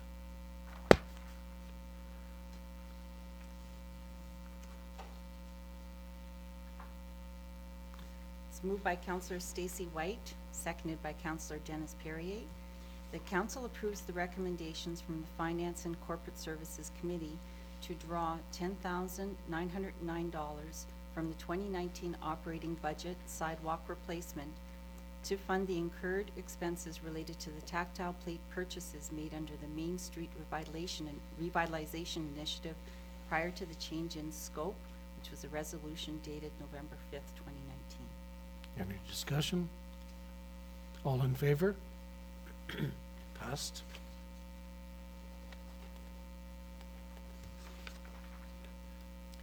This next resolution is the year-end resolution that we do every year, and this is what we do to take whatever surpluses there are and make sure that they're moved over into next year. So it's moved by Councillor Dennis Perrier, seconded by Councillor Stacy White, that the following transactions be recorded in accordance with the Canadian Public Sector Accounting Standards in the reserves and reserve funds for the year ended December 31st, 2019. Number one, that the net reserves from sundry land sales be directed to the reserve for working capital. Number two, that the unspent portion of the tax levy dollars for the 2019 capital projects be directed to the reserve for infrastructure capital. Number three, that the overspent portion of capital projects completed in 2019 that were to be funded by tax levy dollars or by transfers from the reserve for infrastructure capital be funded from the reserve for infrastructure capital to the extent that a balance exists in the reserve for infrastructure capital. Number four, that in the event of a 2019 winter control surplus, that the surplus be transferred to a reserve for winter control stabilization. Number five, that in the event of an operating surplus, that the surplus in its entirety be located in the reserves for working capital. Number six, in the event of a consolidated deficit, the deficit shall be carried forward to the subsequent year's budget in accordance to the provisions of the Municipal Act. Reserve funds. Number one, that any surplus resulting in the Waterworks Fund be directed to the Reserve Fund for Waterworks capital projects, the intention of which is to defray the costs of waterworks.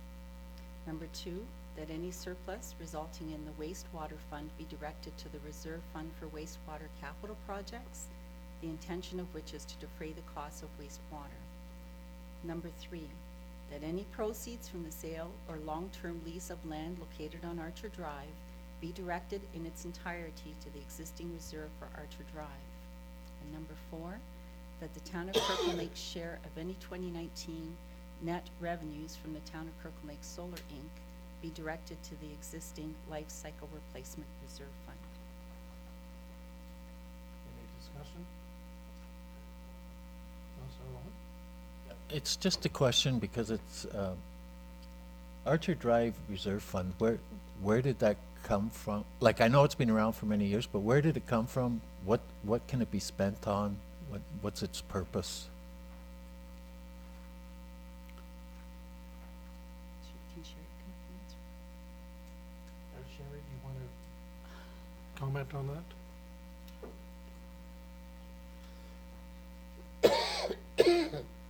Because it's a reserve fund, there would have been a bylaw, so I'd have to pull the bylaw. So I can do that, but I don't have it with me. Yeah, so I think if I remember rightly, it was done quite a few years ago when we were selling land on Archer Drive and there were long-term leases. And I think the intent of that was to also help with the infrastructure and It the would setting up probably of the be water. to defray, Yeah, yeah. yeah, some of those costs, but I can't be sure on that. The reason I brought it up is because we're considering, like, in early stages of putting the fire department and the physical services department down there. We're looking at developing a road to access more industrial lots behind. And that's why I raised the question, like, if we have any money in this reserve fund, are we allowed to use that to make that side street or to put services in, like, because we keep talking about it, but I don't know where to look to find out about it, so. I can pull the bylaw for you and I'll check that one. But I believe that was the intent, Rick. Well, I believe that would Yeah. but that would make sense.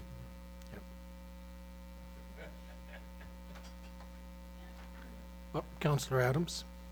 Yeah, just for number 2, that the unspent portion of tax levy dollars for 2019, capital projects be directed to the reserve for infrastructure capital. So what kind of happens, what I've seen in the private industry is if you don't spend your money that you've allocated, you actually don't get that money the next year. As it's been explained to us, this magical fairy comes and takes the money away, and you got to budget for it again. So that's what I've been used to with private industry. And something that I'm kind of interested in is if we need $40,000 for a pedestrian crossing rock, if there's money that's not being spent on any of these projects that money was allocated for, I'm pretty sure we can find $40,000 to get that crosswalk on Churchill and Second happening. I would like to comment on that. I believe part of the reason, last year we had a surplus, did we not, of about 500,000? And we put, left 250,000 in working capital, and, the other 250 went into, to reserve. So at some point, if we have a deficit, that 250,000 is there to help cover that. So that was the original intent of that bylaw. We've been fortunate, we've been able to stay within budget, and rarely do we have a surplus, but we did last year. Any comment? Yeah, again, I'd just like to state that without these resolutions put in place and without council passing these resolutions, the way that the municipal act is written and the way that taxes go, or the taxation law is for municipalities, is that without this, if there are surpluses, the surpluses will now go will stay with 2019. And it's, if there's any surpluses, it'll go to the tax, I believe, to start the taxes for next year, your tax base. Whereas if you say, we're going to take this because we budgeted, we haven't used it, we want to carry it over to 2020, and council can at that point in time decide what projects they want to put it to.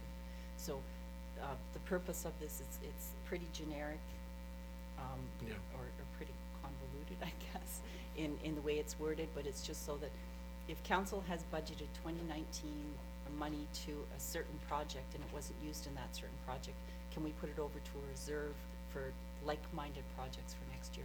Council can make a decision at any point in time, because you do get to vote on what happens with these reserve monies. So you vote to put it in, you vote to take it out. Fair That's enough. exactly what we did with the 500,000 it came to. I'll be looking for 40,000, because if I just don't want to sitting in getting blown away. Yeah, I agree. All in favor? Passed.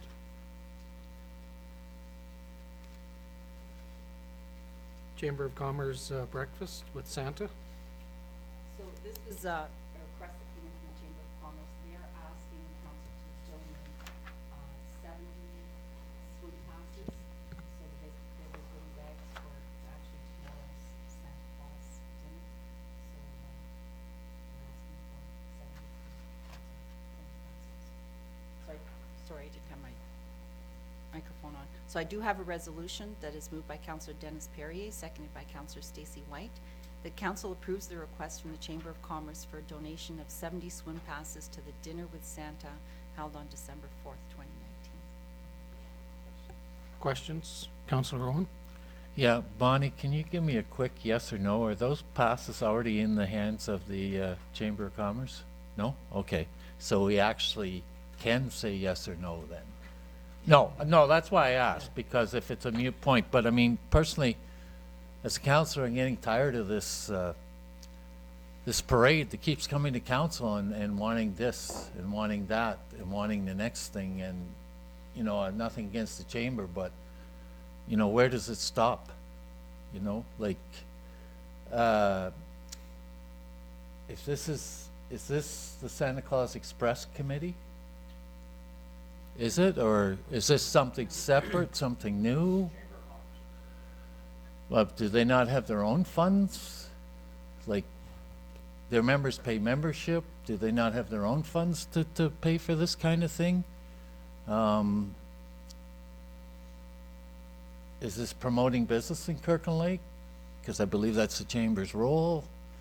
Like, Well, I think it does promote some business because they're given out to children that might be their first time at that facility and like it and come back. Yeah, So but I it's- mean, it's yeah. difficult to measure, I have to yeah, agree. but what I'm saying is the chamber's supposed to be promoting private business in town. Is this promoting private business in town? I don't know. It's promoting the pool, yes, I agree with that, but I'm just tired of every Tom, Dick, and Harry coming to council and asking for free swim passes and free this and free that, when we are not in a position to keep giving. You know, like, when's it gonna end? Councillor White? So this, again, comes from the Community Grants Fund, correct? That's what we've been saying all along. Does anybody know how much money is left in the Community Grants Fund? Is this something that we can actually do? Because last meeting, when we were talking about the Community Grants Fund, we were very low. So I don't even know if we have the money to do this. And second of all, we are tracking currently this year, each one. So for next year, we'll have a better indication of how much revenue is lost by all these, charity giveaways. So I think for this year, we have to kind of bite the bullet and give these promotional items away. This will be the first year that we're tracking it actively per each group that comes to us. I'm not 100% in favor of this either. However, we've established a new system. We've established a new policy for 2020. I'm not sure if we had done this for 2018. I don't recall. But no, good point, because we're now tracking it to get an accurate picture of what potential lost revenue and what we're giving away. But I would support this year, as you said. Councillor Ivanov. Yeah, I also support this. I mean, I don't see this thing as a loss. When you look at it, 70 passes, many of those kids would not have gone to the pool. Anyway, the pool's open, they have lifeguards, they have, everything else is there. You know, you don't heat the pool more because because you've given away 70 passes. I assume half of those won't get used, and the other half that do get used, some of them might be first-time users. It does promote the pool.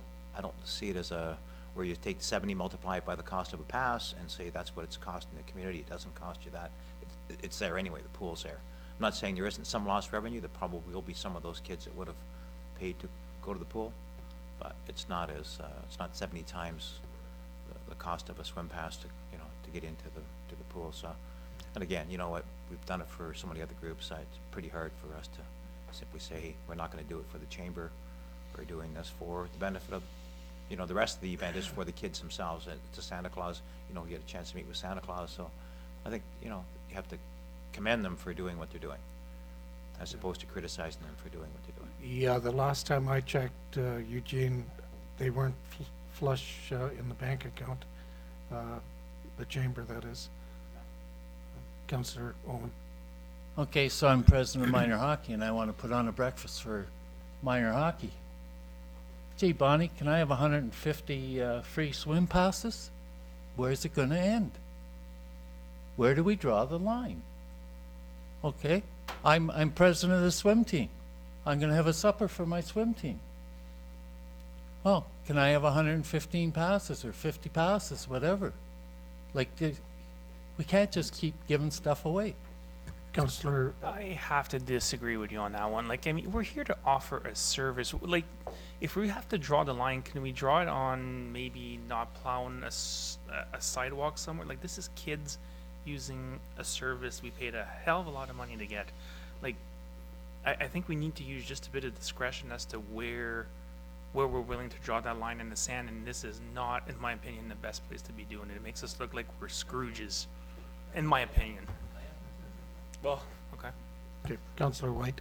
Yeah, and I think until we actually have data on how much revenue we're actually losing, we don't know. We could be losing one pass. I mean, who knows? So until we have actual hard data of how much revenue we're losing a year, for this year the point is mute.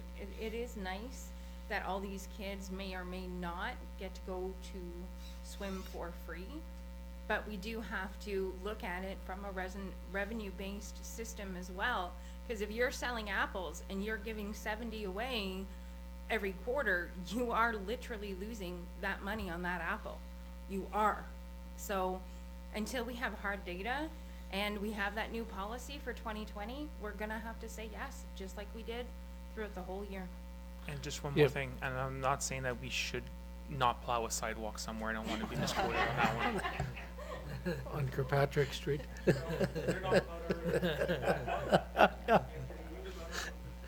No, I mean, because we give 70 passes away doesn't mean we've lost 70, the revenue for 70 passes. And there's got to be some way of tracking what is being used, and we've never really known. And this is what I know, Stacy, what you're trying to get across, and I have to agree with that. But I think we have to show a little kindness. It's Christmas. We don't want to be the Christmas Grinch. Councillor Owen. Yeah, I show kindness at Christmas when I'm spending my own money, but when I'm spending my neighbor's money, I tend to be a little frugal. But my point is made. I've made my point. Somewhere this has got to end. We have a policy coming up, and you know, whether it's the Chamber of Commerce or some other group that was asking tonight really wouldn't have mattered to me. I think we're just getting too many requests, and we have to send the message out now that, hey, next year there's a new sheriff in town and things are going to be different. It's not going to be just write a letter to council and get it. Councillor Adams. Yeah, so with these 70 passes, are these going to be color coded so we can track that? Is this?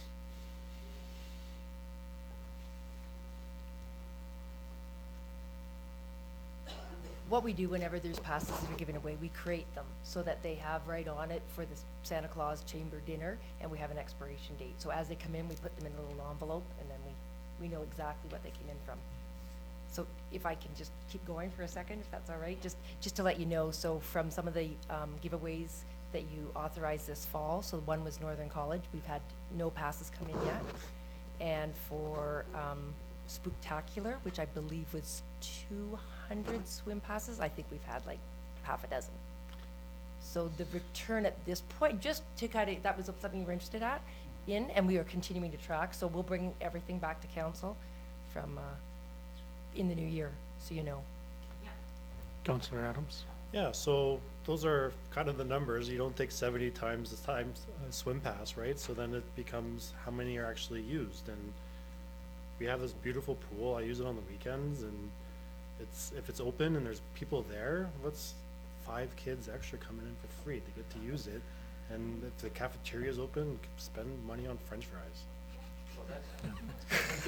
Buy an apple. Councillor White. But I think that's the exact point. We now have hard data saying that it's wonderful, it's a wonderful gesture that we're giving all these free passes, and in reality, it's really not costing us much. That's the reality of tracking something, right? So it's great goodwill, and it cost us very little, so that's exactly what you wanna see, right? Councillor Ivanov. Yeah, what I would like to see actually is 25 kids who haven't used the pool come in and use the pool and say, here's a great place to go for a Saturday afternoon or a Sunday afternoon, and I'm gonna come back and pay for a swim next time. That would be my ideal situation, and I think, you know what, worrying about, $15 worth of passes that get used is not gonna be the situation. I think that's, anyway, my opinion.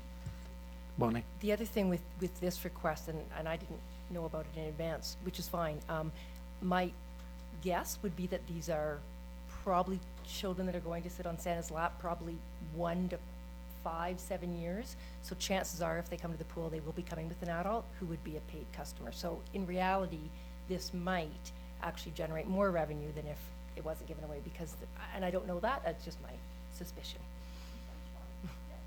Yeah, it could be used as a marketing tool, I agree. We don't know, but, yeah.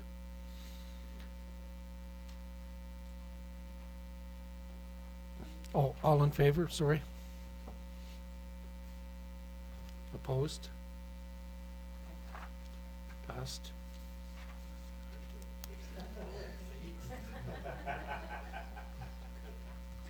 Christmas Grinch. No, it's not that big a deal, but I wasn't gonna argue against and then vote in favor, like. Oh, I know, but as soon as I take on the term Scrooge, I gotta be more serious. Okay, so the next item is not on the agenda, but it was an addition, and it has to do with the recruitment committee for the CAO. We did on November 18th, the advertising went out for the job posting for the CAO. Nigel Belchamber has been contracted to head this recruitment. The applications close on December 12th. On December 14th, Mr. Belchamber is looking to hold a telephone interview with the interview committee. He kind of wants to let you know who his selection are. He will have shortlisted at that point in time, and he wants to go over everything with council. On December 19th, he will hold interviews with the committee for it will be the first short list of people. Those interviews will be held in Timmins the first time. On January 4th, his suggestion is that they will have made a selection, a couple from that short list. So they will hold interviews here in Kirkland Lake, and then they're hoping to meet with all of council January 13th and 14th, and hopefully have an offer out so that the new CAO could be in place, hopefully for February 24th. So that is the timeline that he has been, he's put out. What he's asking council for is who's going to be the committee, the interview committee. He's asking for 3 council members. So these council members will be able to be with him on the 14th which is a Saturday, for the telephone interview. On the 19th, it'll be going to Timmins. He needs these 3 councillors to be with him the entire time. So he's asking if we could do, I can do a resolution tonight and bring a bylaw back. So, so far, Councillor Ivanov and myself have put our names forward. Is anybody available for this?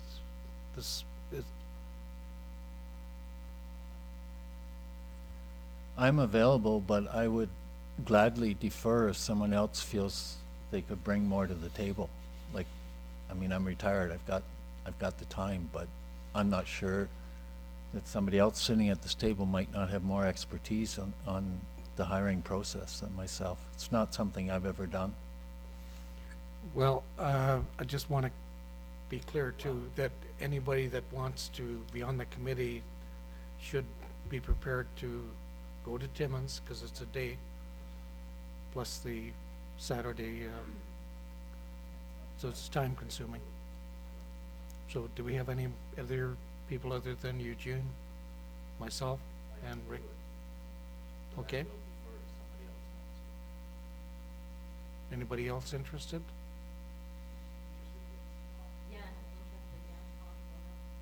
Okay, you got the job.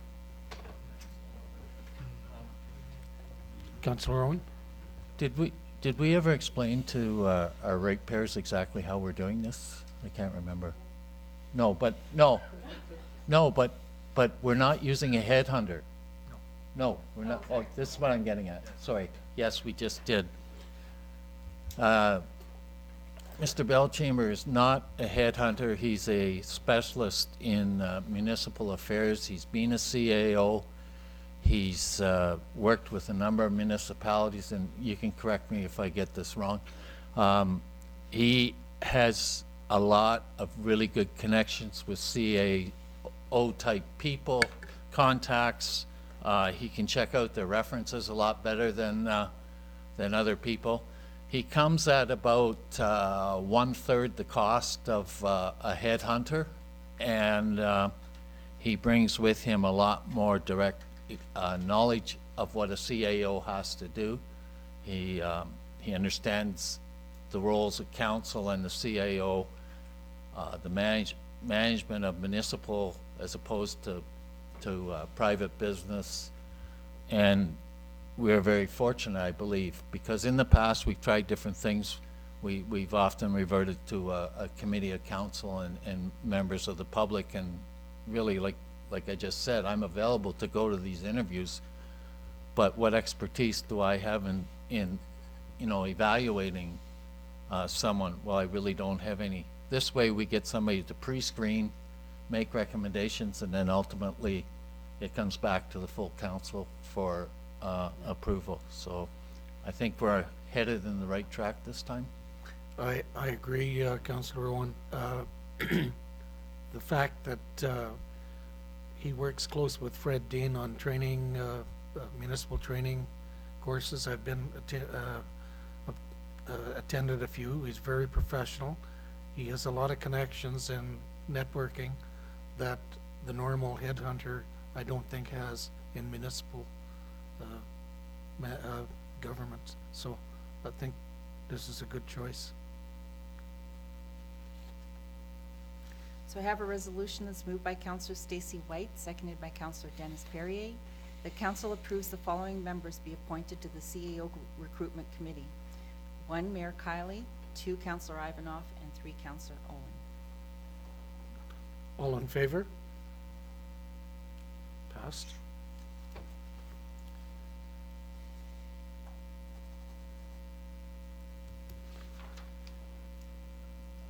Manager of Planning and Land Development.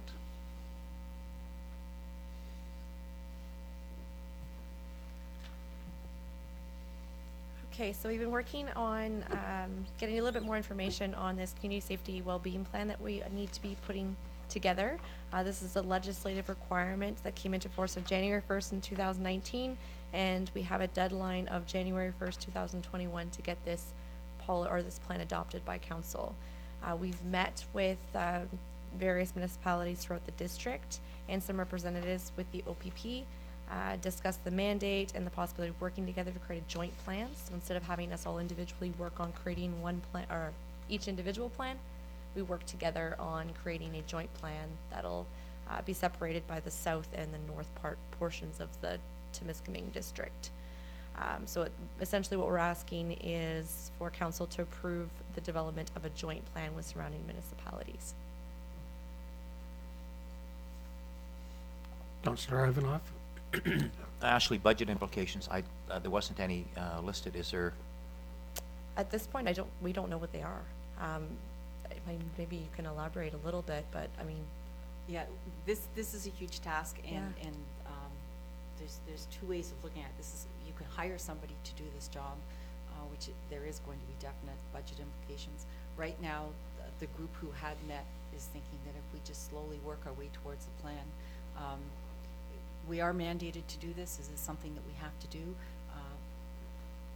Government could change their mind next year, so how much money do we want to put into something that could possibly change? So it's not that we have to have this plan implemented, we just have to have a plan in place by January 2021.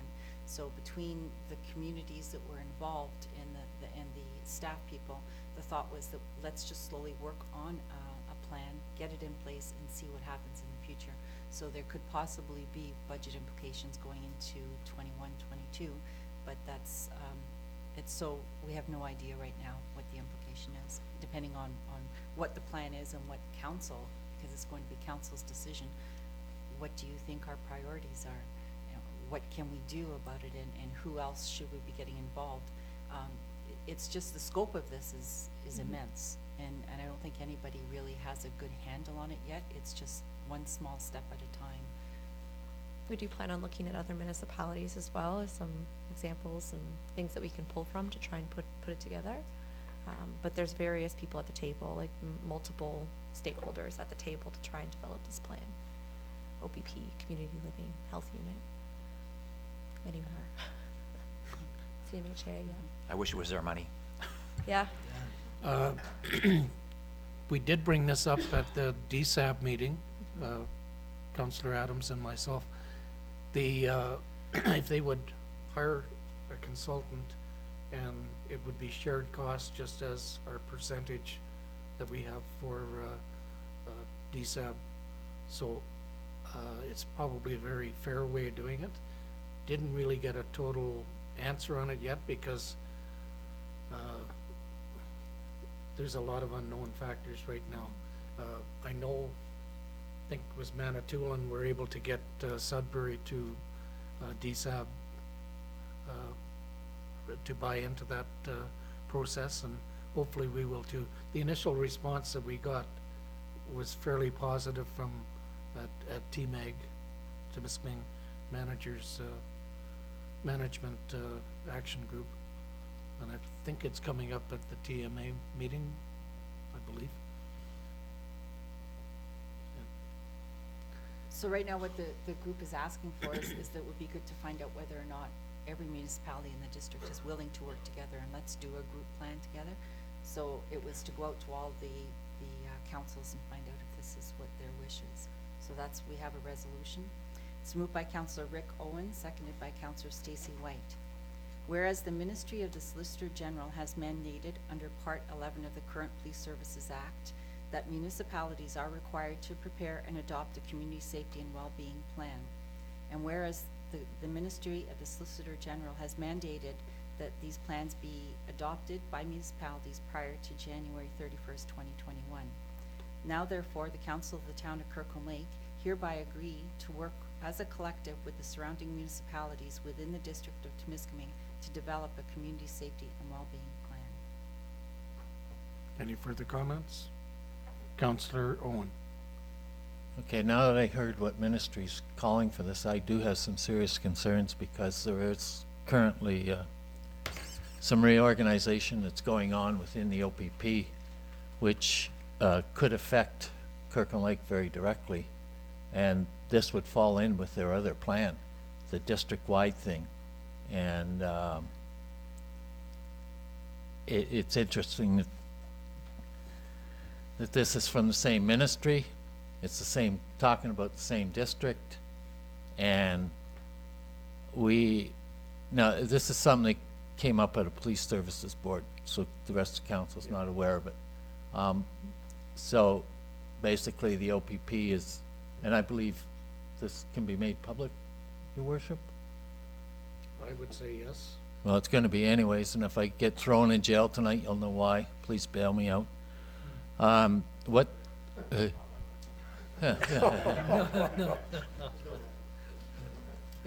You do have some friends, Rick. Anyways, to get back to the issue, we had Your Worship and I went to a meeting with some senior brass from, one senior brass from OPP in North Bay, the inspector from New Liskeard, and our acting detachment commander.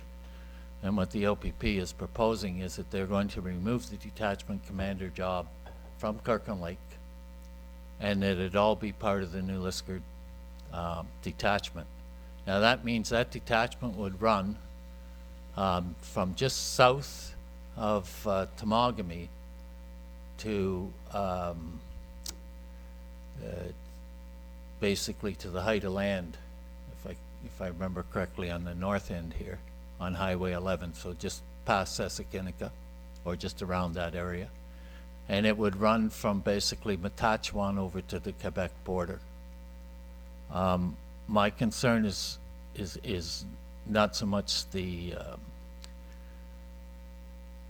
size, but the loss of control over where our men would be, sorry, got to correct myself politically, where our officers would be deployed and when. When we have a detachment commander, the detachment commander decides whether or not he's going to loan his officers out to another detachment.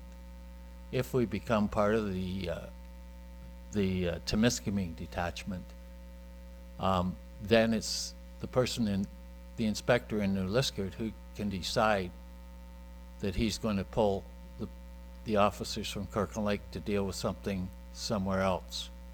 And the fact that this, we're talking about a regional thing here now, and this is what my whole concern is. We're talking about forming a region that confirms what they're saying, and I don't want to do that. I don't want them to think that we're agreeing that this is one region, should be one project, should be one OPP district, and potentially hurt our argument if we decide to make an argument, and I don't know how much say we will have in this OPP reorganization, but I think it's something we need as a council to be aware of, because if we go for this regional thing, that's fine. I have no problems with dealing with my neighbors, and we'll figure out ways of splitting costs and whatever. But I don't want it to be to imply that, yeah, okay, so we're one district, we act as one district, so the OPP can come back and say, well, you're one district, you came up with your plan by working together. So it just makes sense. We eliminate that job in Kirkland Lake and take the control from policing out of Kirkland Lake down to the Tri-Towns. I agree, Rick, and there has been some feedback from officers and a former police chief who felt that they felt that when, say, the Tri-Towns need a couple of officers and they draw them out of Kirkland Lake, it's going to leave us short. They've got 50 officers, but they also have the courthouse to look after, and we have 32. From what the previous police chief told me, they are understaffed in New Liskard. He said the big fear is you should be concerned about having your staff deployed out of town when you really need them. When there's a major crime, that isn't an issue because they have a major crime unit, Timmins, or North Bay, and they come up here. We've seen them in the past year.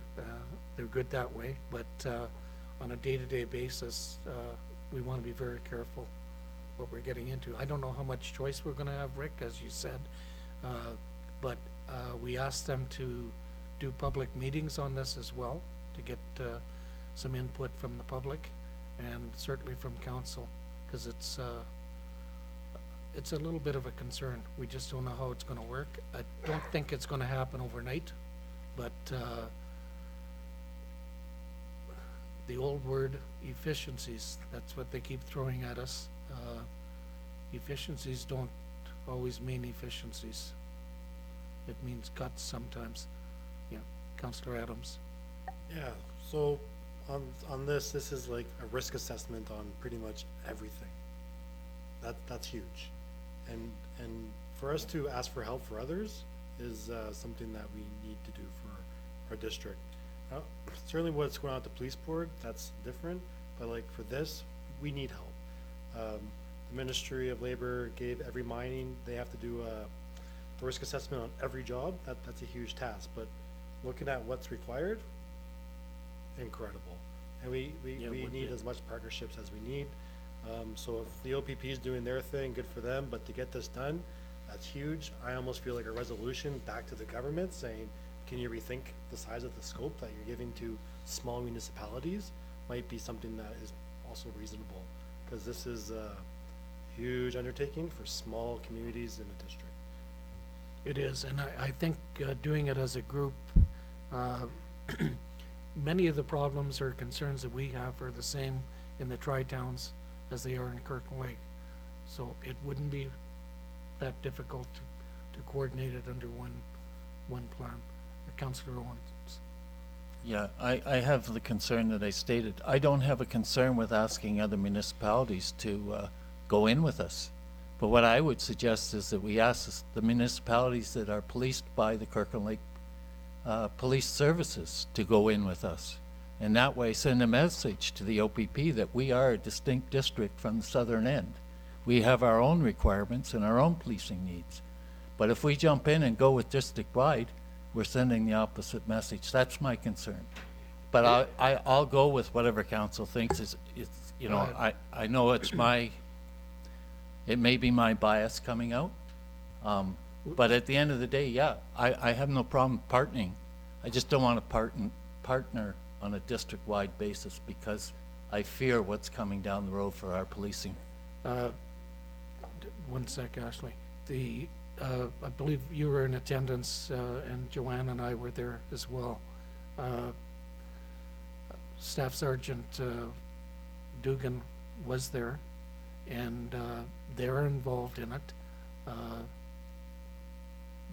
They know, this was at the meeting for this particular plan, the community wellness, whatever you want to call it, safety and well-being. So they're aware of our concerns. They were going to check with Manitoulin or Sudbury District to find out how they were going to coordinate it. So it's going to take a few more meetings to get this thing in proper perspective. Ashley? Yeah, so I just wanted it to be clear that I think the intent is to have two separate working groups, so the north and the south. So there'd be two separate Yeah. plans, not one for Temiskaming district as a whole. It's not necessarily You'll one have- size fits all, I agree. Yeah. You'll have Thanks, to- But there'll Ashley, be a because lot that gets rid of, like, that's exactly what I wanted. Like, we're not siding with, we're one entity, we're two entities. I believe we're Englehart North, right? But That's the intent, I would be yes. surprised if they're that much different than us, honestly, but it's not one size fits all, I agree. Yeah, we don't want to send out a message that. Yeah. Okay. All in favor? Passed.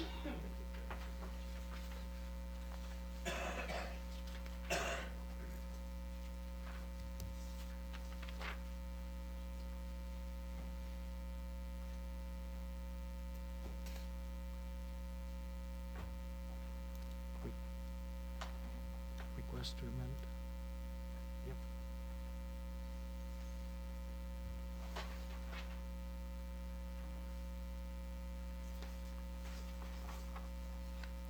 Sorry, Ashley, we have you up here. I know you've gone through all the traffic and the parking issues. Did you want a resolution to bring back a bylaw for all these considerations? Is that what you require, or? This one's tricky because there's lots to. Yes. So there were some in there that were very easy. They've been on there for the last 3 times that we've talked about this. I'm wondering whether or not we should bring a bylaw to get those at least established, clean it up as best as we can. Some are going to take into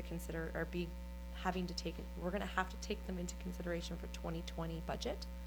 So maybe those ones are on the sidelines for now until we can bring them to council for consideration within 2020. And I'm up for suggestions if other people have different recommendations. I know that there's still some suggestions with putting stop signs up, which is fine. If you want to direct me to look at changing the stop signs to yield signs, we can definitely bring that forward Could- as well. Could you bring back a breakdown of the ones that you feel we could immediately put in place for next A council bylaw meeting, for and that one, yeah. Sure, we'll defer the others? yeah. Is that okay? Okay, perfect, thank you. Thank you.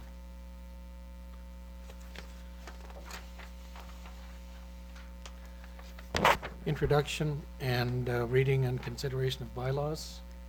It's moved by Counselor Stacy White, seconded by Counselor Rick Owen, that bylaw 19-116, being a bylaw to authorize mayor and clerk to execute loan documents with Ontario Infrastructure and Lands Corporation for the purchase of a 2019 John Deere 644K loader, be read a first, second, third time, enacted and passed. All in favor? Passed. It's moved by Counselor Rick Owen, seconded by Counselor Stacy White, that bylaw 19-117, being a bylaw to authorize mayor and clerk to execute all documents related to the purchase of 13 and 15 Callback Avenue, be read a first, second, third time, enacted and passed. All in favor? Passed.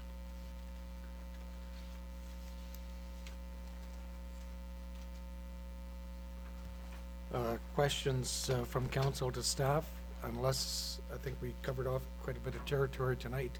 If there's any other items of note? None noted. Notice of motions? None declared. Confirmation bylaw? It's moved by Counselor Stacy White, seconded by Counselor Rick Owen, that bylaw 19-118, being a bylaw to confirm the proceedings of council at its meeting held December 3rd, 2019, be read a first, second, third time, enacted and passed. All in favor? Passed. Councilors' reports? Councillor Casey? I was asked a few weeks ago to step in for or stand in for the mayor at the Timiskaming Palliative Care lighting of the Tree of Life and the celebration of life that was held at Allegiant afterwards, and just wanted to convey a message that the Timiskaming Palliative Care is very grateful for the town of Kirkland Lake's continued support in the hanging of the Christmas lights for the tree downtown. Thanks. Councillor Ivanov? Yeah, I just want to commend the Chamber of Commerce for the Santa Claus Parade. I thought it was an amazing event. Lots of floats. Kids had a great time. Santa Claus looked amazing. He looks like he's healthy, and it's going to be great for the 24th, 25th. Councillor White? Just to let the public know that the strategic plan for the Tech Centennial Library is finally completed. It was a long road, but it's done. It's available to the public at the library, and hopefully this week it'll also be available downstairs. Okay, and just an update on the Foods for Fine thing that they ran in October. We did get the results back. They did forgive $109 in fines, and they ended up giving 3 heaping baskets to the food bank. So congratulations to those volunteers. Not only that, this past week we did have the first meeting of the Kirkland Lake Youth Council Committee, and we have set a date, a standing date from now on. Every month it'll be the first Thursday of every month, 4 o'clock in council chambers. Thank you. Just to double up on what you're saying about the library strategic plan, I read it today. It was very fresh, positive. I think it's nice to see they're looking forward. Any further? Oh, Councillor Perrier. I'd like to congratulate Sue and the 100th Anniversary Committee for a fine job they done. They worked on the project for about, I think, 3 or 4 years. And I think it was a tribute to the town of Kirkland Lake. Most definitely, and thank you for the invitation to attend the appreciation, volunteer appreciation night. It was exceptionally well done. I think everybody enjoyed themselves. It was well worthwhile. Thank you, Sue, and your group. Any other comments?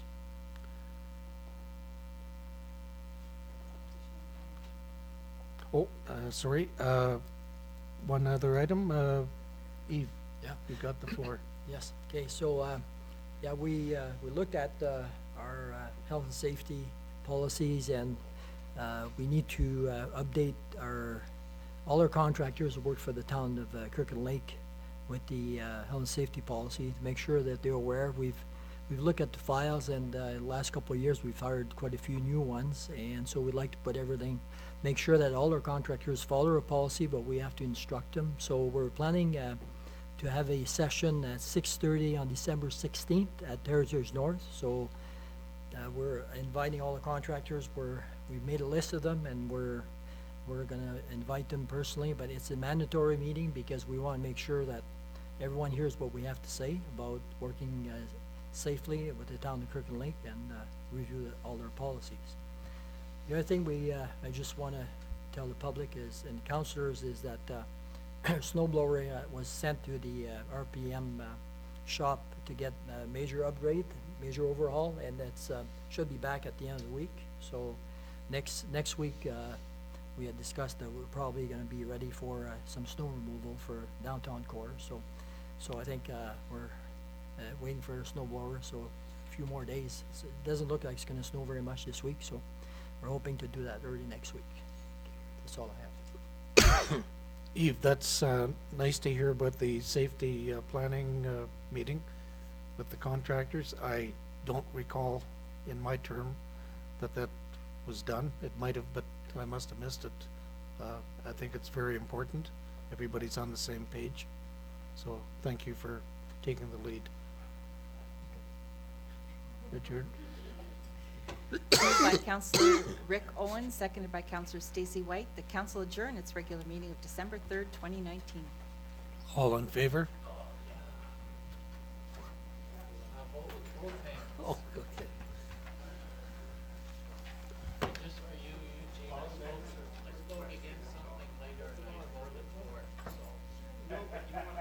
It's okay if we attend that? Yeah, sure.